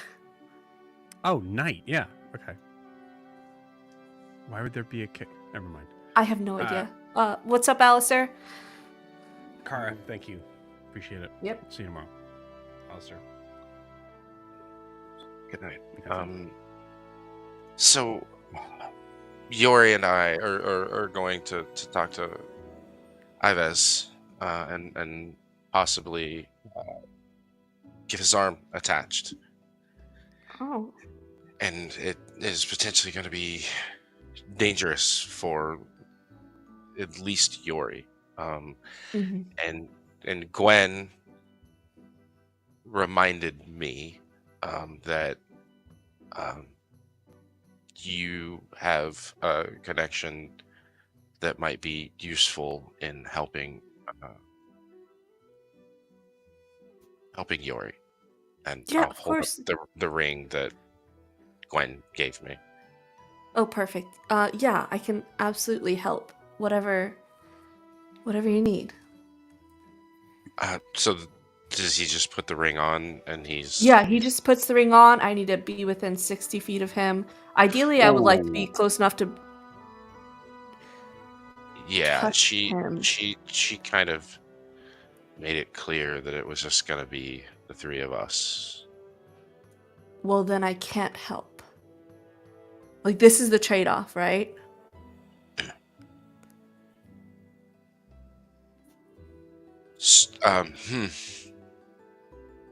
Kari, you are an exceptional being of means, and Ives is Are an you trying to extremely tell me that I need to powerful. stealth into a dryad who literally owns the tree in the middle of this city? I am Stealth into her area, her domain? absolutely not suggesting that, because if I had suggested that and I knew that that's what you were going to do, then I would be unable to tell Ives that.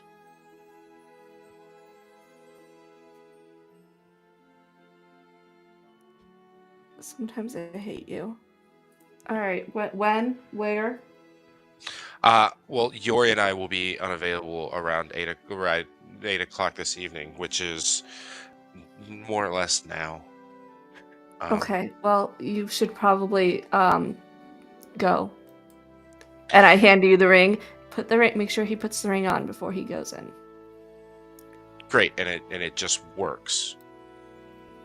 If I'm within 60 feet and can see, yeah. So I feel like we just ran a very big circle here. Maybe it was smaller. Okay, so I'm just going to assume that he puts this ring on and it works because Gwen was wearing it and said it was helping her. Actually, no, that's incorrect. I'm sorry. I have to touch him to trigger the spell, and then I can't leave more than 60 feet. I'll say above board. Could you touch him before he enters? Depends on how long this takes. Okay. Because How long Warding is Bond, it lasts an hour. Cool. I'll say above board for that design, yes, but 60 feet, you're gonna have to go in. And she won't let me in. One second, Kara, and I'll step out. Hey, Yori. Yeah.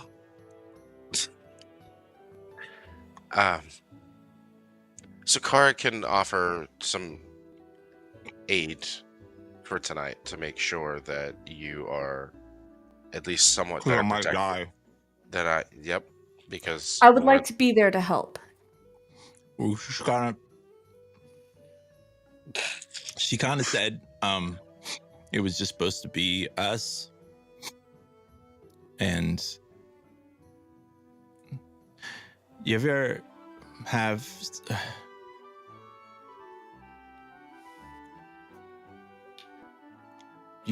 something stuff that you kind of need to do like on your own?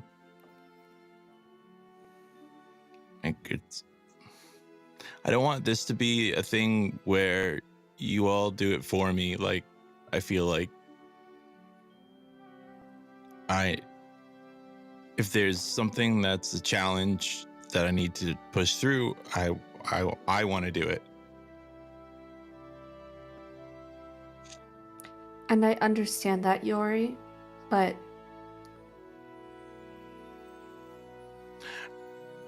I also understand that some people can't help but try to help other people.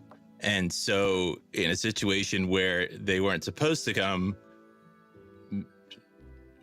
maybe they just couldn't help themselves, but trying to help anyway. And I'll understand that if that happens to happen to people. I'm not good at this. Double speak just turns into triple speak here. well, if you wouldn't mind putting on that ring Alistair has, and then we can go for a walk back to the tree and see what happens along the way. Okay. This is the kind of ring I have to like sit with for like an hour. Nope.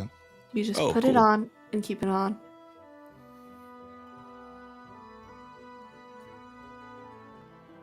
It's hard to.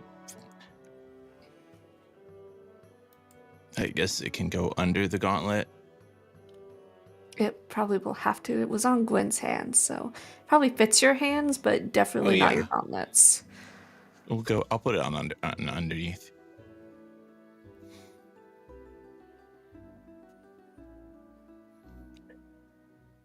In Elvish, I will tell Kara, this is really important for Yori, and I don't want to take anything away from him.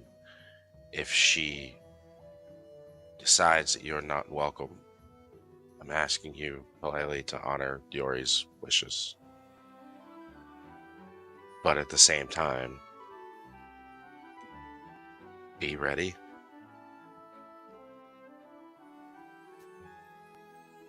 I won't know if something's going wrong unless I I will get let it. you know. Okay. Should I pee first? Nope. Okay. Maybe. But let's just head out. It's fine.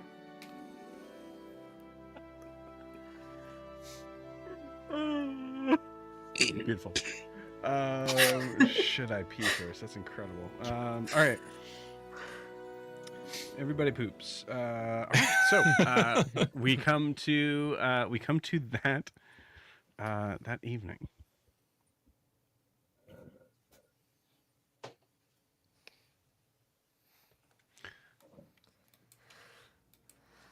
Going under the grand tree of Yabellon, there's a moment where you guys have to spend, I'd say, a good portion of time, like even trying to just like figure out how to get there.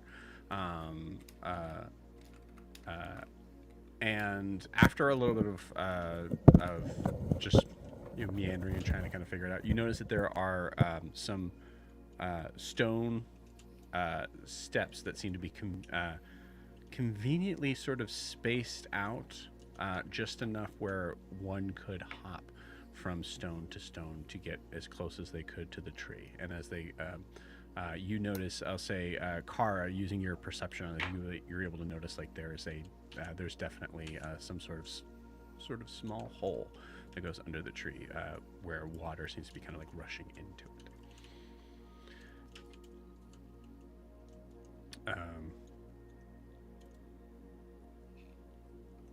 As you guys stand at the precipice of this, I will say for this moment, as you guys can say, we'll say actually probably it's about maybe 30 feet before getting under the tree.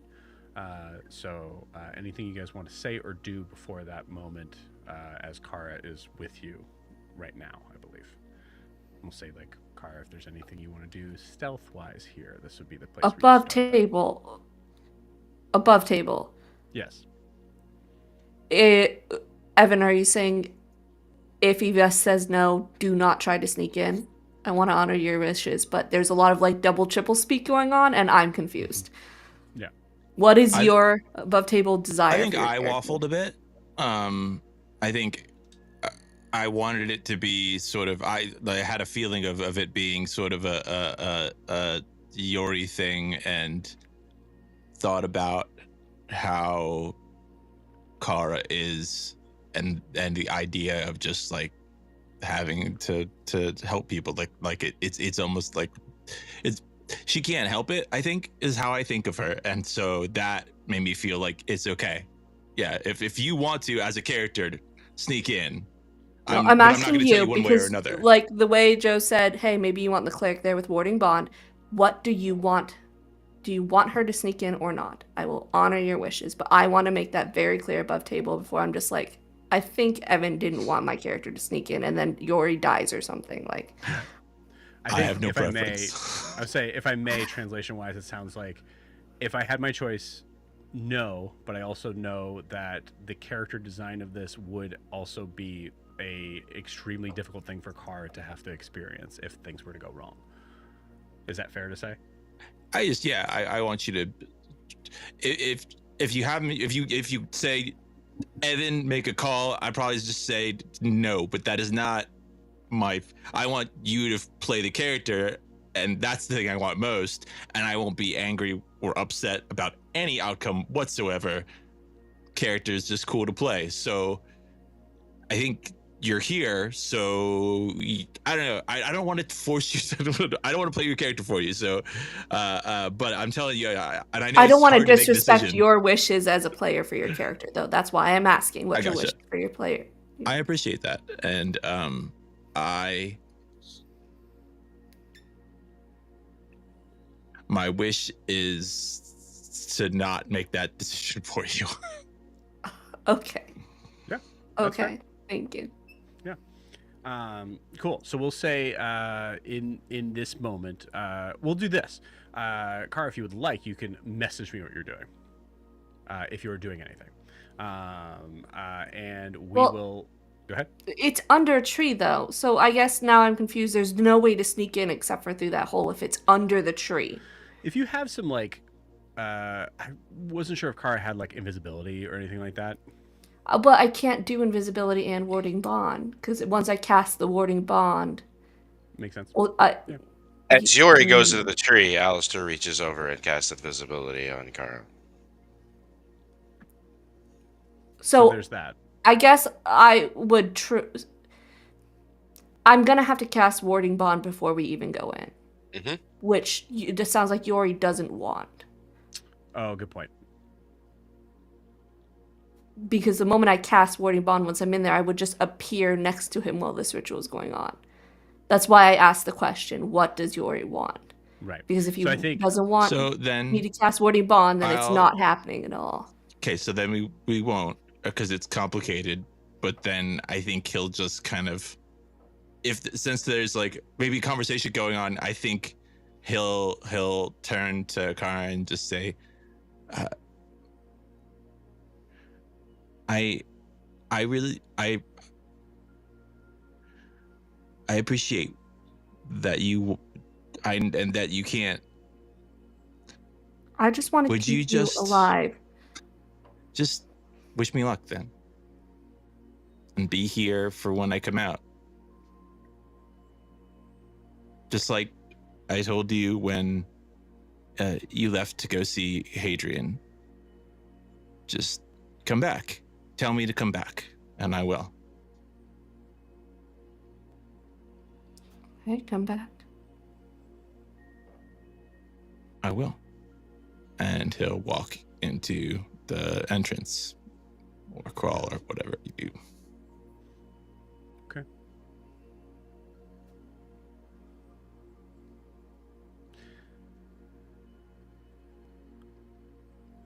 Step. Alistair's especially hard on your legs in this degree as your ring is still on, I assume. Mm-hmm. But Yori's ironically able to kind of like help you a little bit and like kind of like keeping you stationary as you get underneath the tree.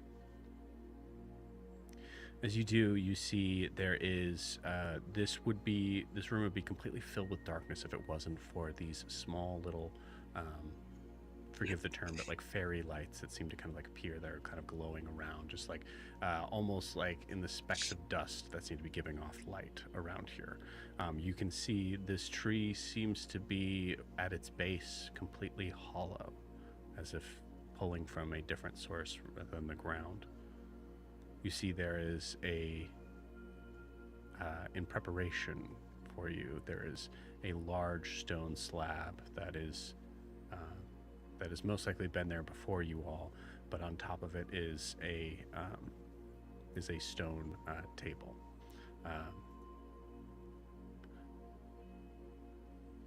Yori,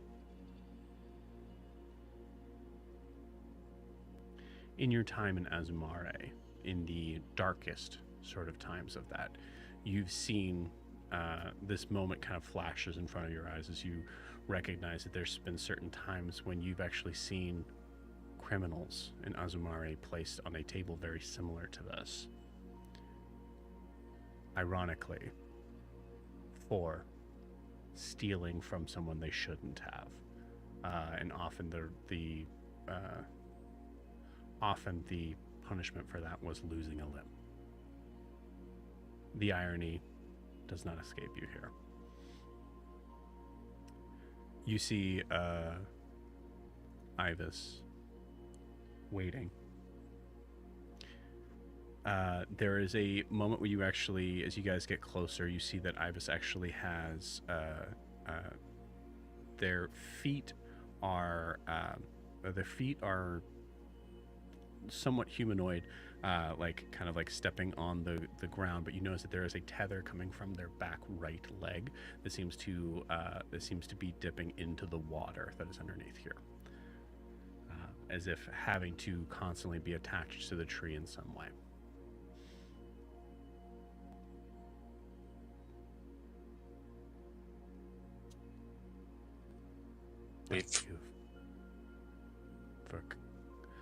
Thank you for fulfilling my wishes.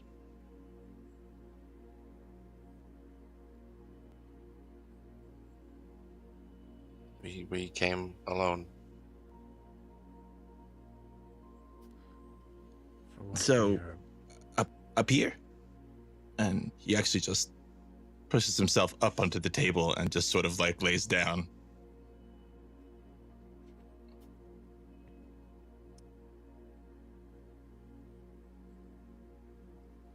It may be of help to be bound here, but I will leave that up to you. Sure. But I need,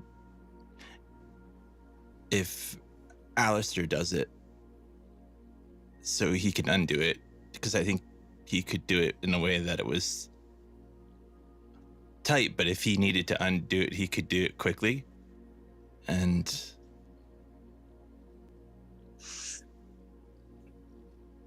she nods. I'll pull the red cloth that Yori has that was mine that I used to wrap around my leg. It's actually from my mom for Ilmater. So it's very long. And I will, as gently as Alistair probably has ever been, tie Yori down. There's a moment that, as you start to do so, you see Ibis kind of put a hand down, or put a hand up. I'm sorry. I wasn't very clear. The fairy will need to be face down. oh yeah, that makes sense.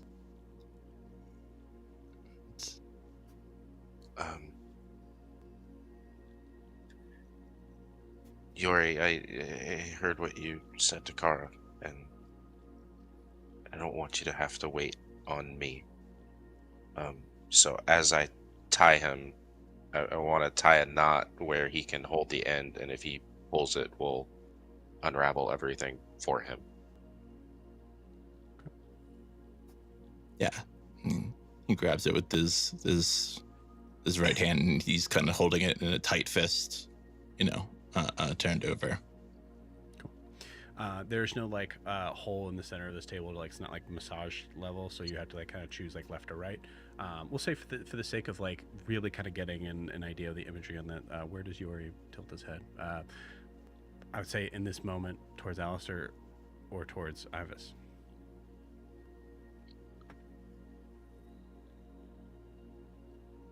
I think his head tilts toward where the arm is going to go, which really is probably towards Ibis, was what I imagine she was going to put on. So, yeah.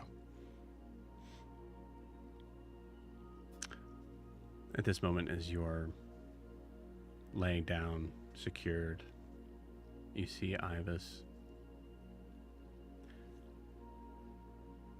unaware or uncaring about the awkwardness or what have you, gets very close to your face. Are you sure to lose this part that makes you Fae? There will be no going back.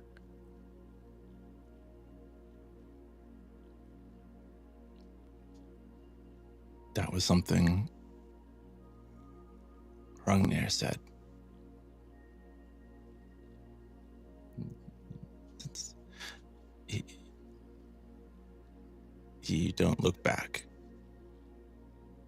And I saw him at the end, and he was still standing, looking forward. I don't need to go back.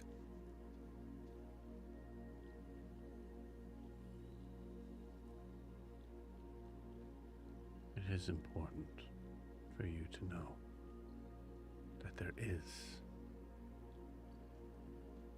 a possibility that these are the last two faces you will see in this world.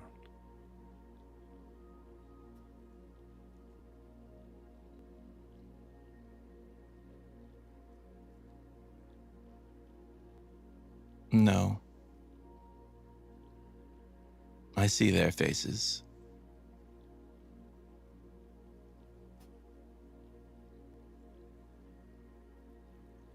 I won't forget his face. She smiles slightly and nods at that. Then let us begin. Looks at... Yes, go ahead. I was going to say, since he's not looking at me, I will pull out the thick strip of leather that I bite on when we're readjusting the brace and lean forward, like over the back of him, and my forearm across the back of his neck, offer him that strip of leather, and then make eye contact with her as I put the cane on the slab next to him as I lean forward to hold him down. She looks at the cane, looks at you. It's just us for now.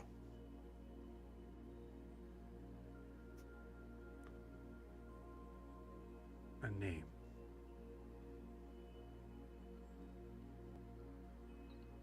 Elisar.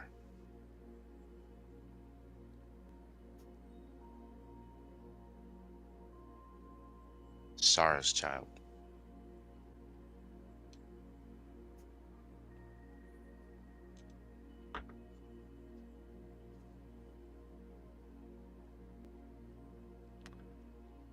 There's a moment that you see a pause, and that the pupilless eyes are so hard to read as you see her kind of frozen in place. So I'm going to say you have disadvantage on this insight check.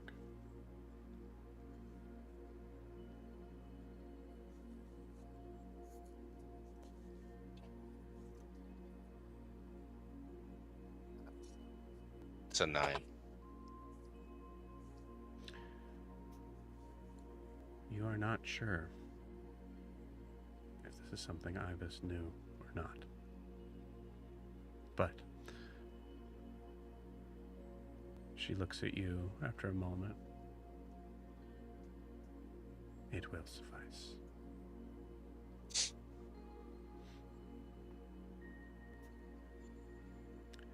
You feel a weight on your shoulder, Yori. It's a hand, but you can't tell at this point because of the true just dryad-like strength that is not, there's no cushion, there's no sort of sense of humanity here in this creature. As she holds and pushes, I need you to give me a Constitution saving throw.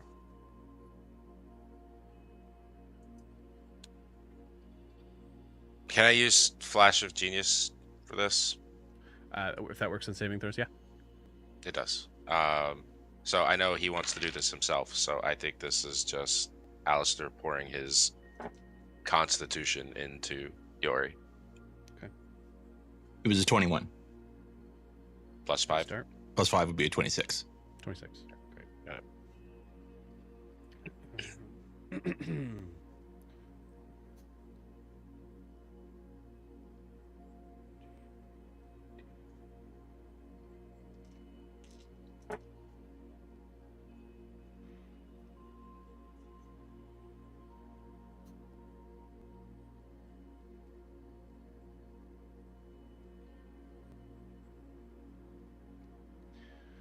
You pass, so you only take 22 points of piercing damage as the crushing sort of weight becomes a piercing sort of weight as the weight of this dryad has now pushed through as if something is growing inside your body. Stylistically, it would be very difficult, just to put things in perspective, it'd be very difficult to not yell out here in this pain. Did I tell I you think the he damage? is, yeah, 22. Okay, 22, yeah. He is at this point, biting down on the leather that Alistair offered. Cool. The arm is laying like next to your, we'll say like towards the table on that side, kind of facing out. Its fingers sort of extended out, and you see Alistair. You start to see the cloth there. I would say one thing above board, like a small retcon there, that she would actually have to probably tear the clothes on that side. So the armor, that sort of piece, like that pauldron right there is gone. So it's just skin. Right.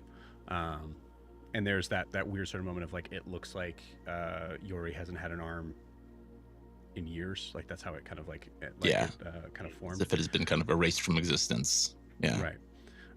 So in this moment, as this is happening, you see Alistair in a significant sort of like spurt of blood. You see a tendril of wooden vines shoot out of his arm, or out of his shoulder.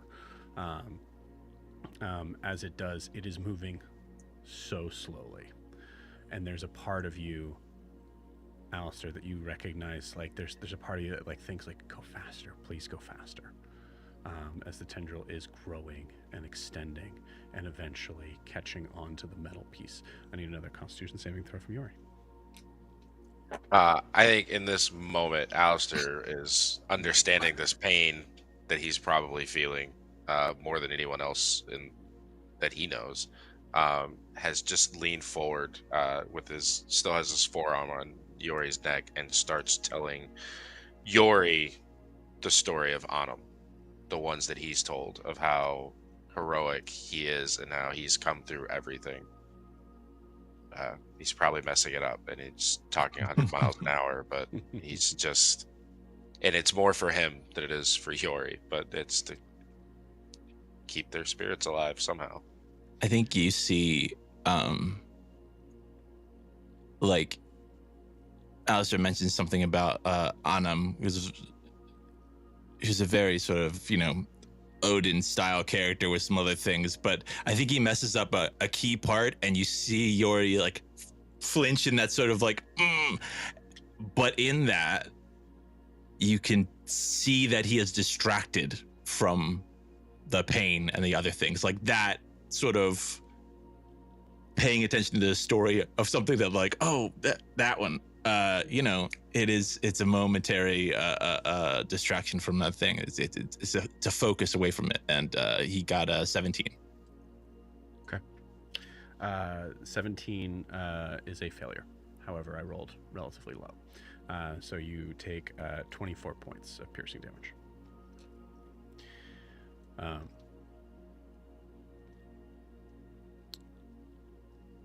In this moment, Alistair, there's a thing as you start to kind of tell the story, you recognize that in the beginning of it, your voice sort of starts to tremble a little bit, but I will offer you this. In the idea of trying to maintain a sense of ease and comfort, where do you go in your mind?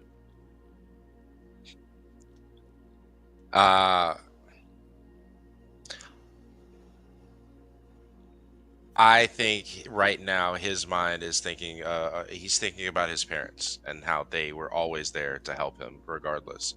And even in those moments, especially when he was younger, where the pain was unbearable, where he couldn't even get out of bed for the day, that they still were just comforting always.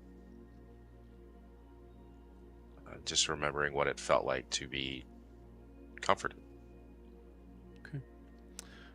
It's a low DC, but give me a performance check. I'll tell you the DC. DC is 11.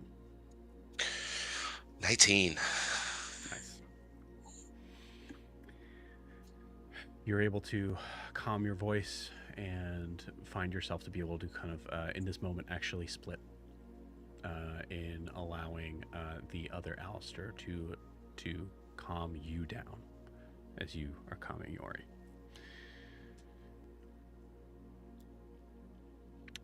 Okay. Finally, the tendril catches to the metal, and we hear this sickening sort of sound of metal scraping against the stone as the tendril is pulling. But to pull, that means it needs to strengthen itself to wrap around and to have enough strength to be able to kind of connect this eventually. You've spent a lot of time making sure that the metal is the perfect amount of weight. You guys have managed to be able to make that happen. So on that point, we feel in a space of the idea of having a like second or third degree burn and having someone pressing cold steel onto it. Yori, I need another Constitution saving throw as the arm is starting to connect to your body.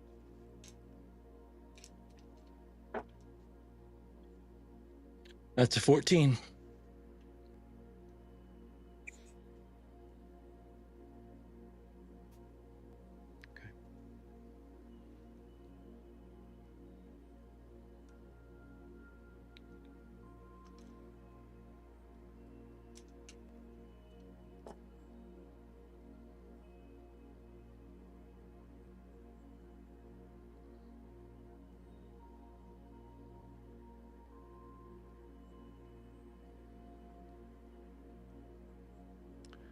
You take 32 points of piercing damage.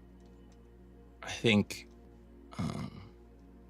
and mechanically this can be, it's up to you, but he'd like to pull on the strength of the Rune King and activate one of the runes, this is his abilities, the Hill Rune, Okay. which halves bludgeoning, piercing, and slashing damage for 1 minute. Beautiful. Yeah. I'll allow it. Yeah, in this moment, you are able to kind of grit your teeth a little bit, and we see.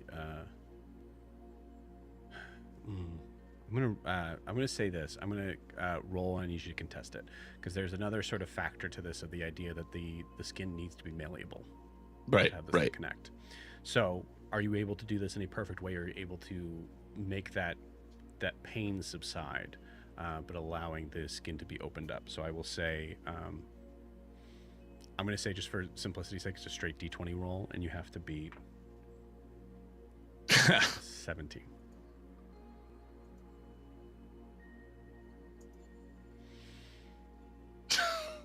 Fuck you. Yes. It's a 16. 16. No, it's Okay. 16. Yeah. The 16, as you, I'll say with the 16, it works. It starts to kind of like hold to that, but in that moment, you feel you hear and feel through that pain as Ivis comes in close to you and says to you, "You have to let me in." Then, unless you choose to stop here, you have to let go and take it. He holds up the gauntlet arm a little bit, and he holds it to Alistair to like get him to take the gauntlet off of his hand. And yeah, as he takes it off, the sort of hard stone and mud that was kind of growing across the skin falls away, and all you see left is the ring that Kara gave him.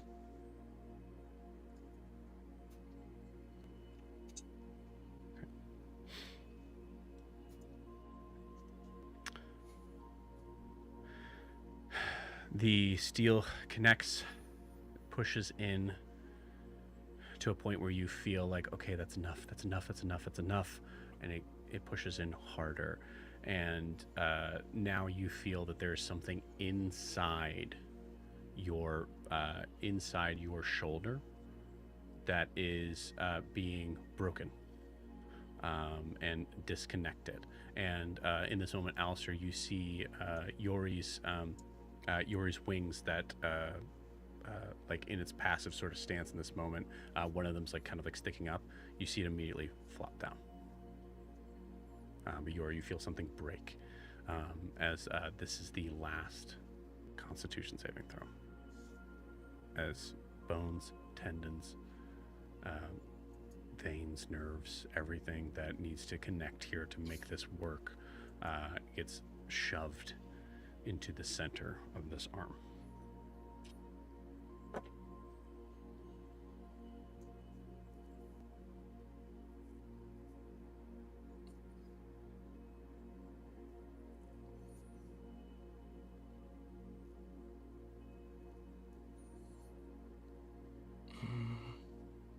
Yeah, that is a 16.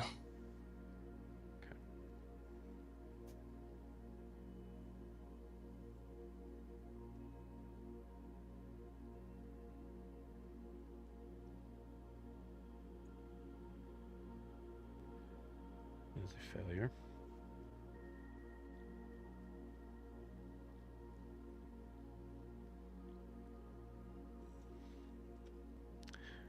As you take 32 points of piercing damage. Yeah, knocks him out. Okay. Yori, as you go unconscious, you see the Alistair, you see the limp body sort of fall. Yori, as your eyes start to close in falling away, Alistair, you see Yori losing consciousness, going out, possibly to never wake up again. What do you say to Yori?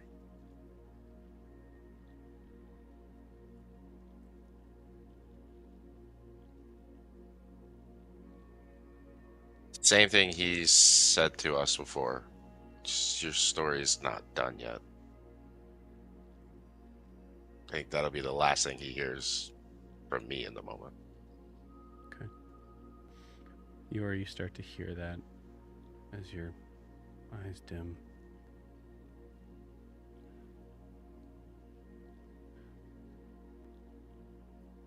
And you're not here. You're in a glade. In that same sort of weird space that we've had before, where something feels both familiar and totally alien. You see trees extended out from both sides. There's a kind of a grassy sort of knoll area that's overlooking a creek that seems to match the rushing water that is the last thing that you had heard alongside Alistair's voice. You see a figure that is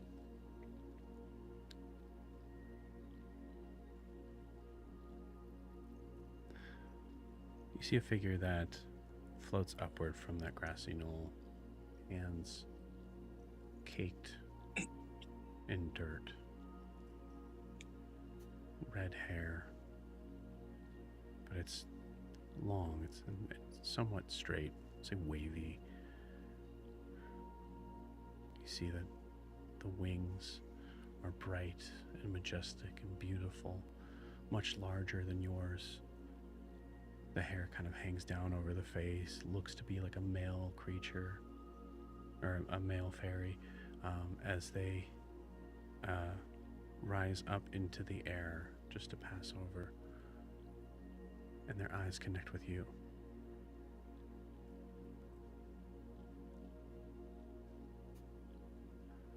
And with that, we'll end tonight's session. We'll see you guys next week.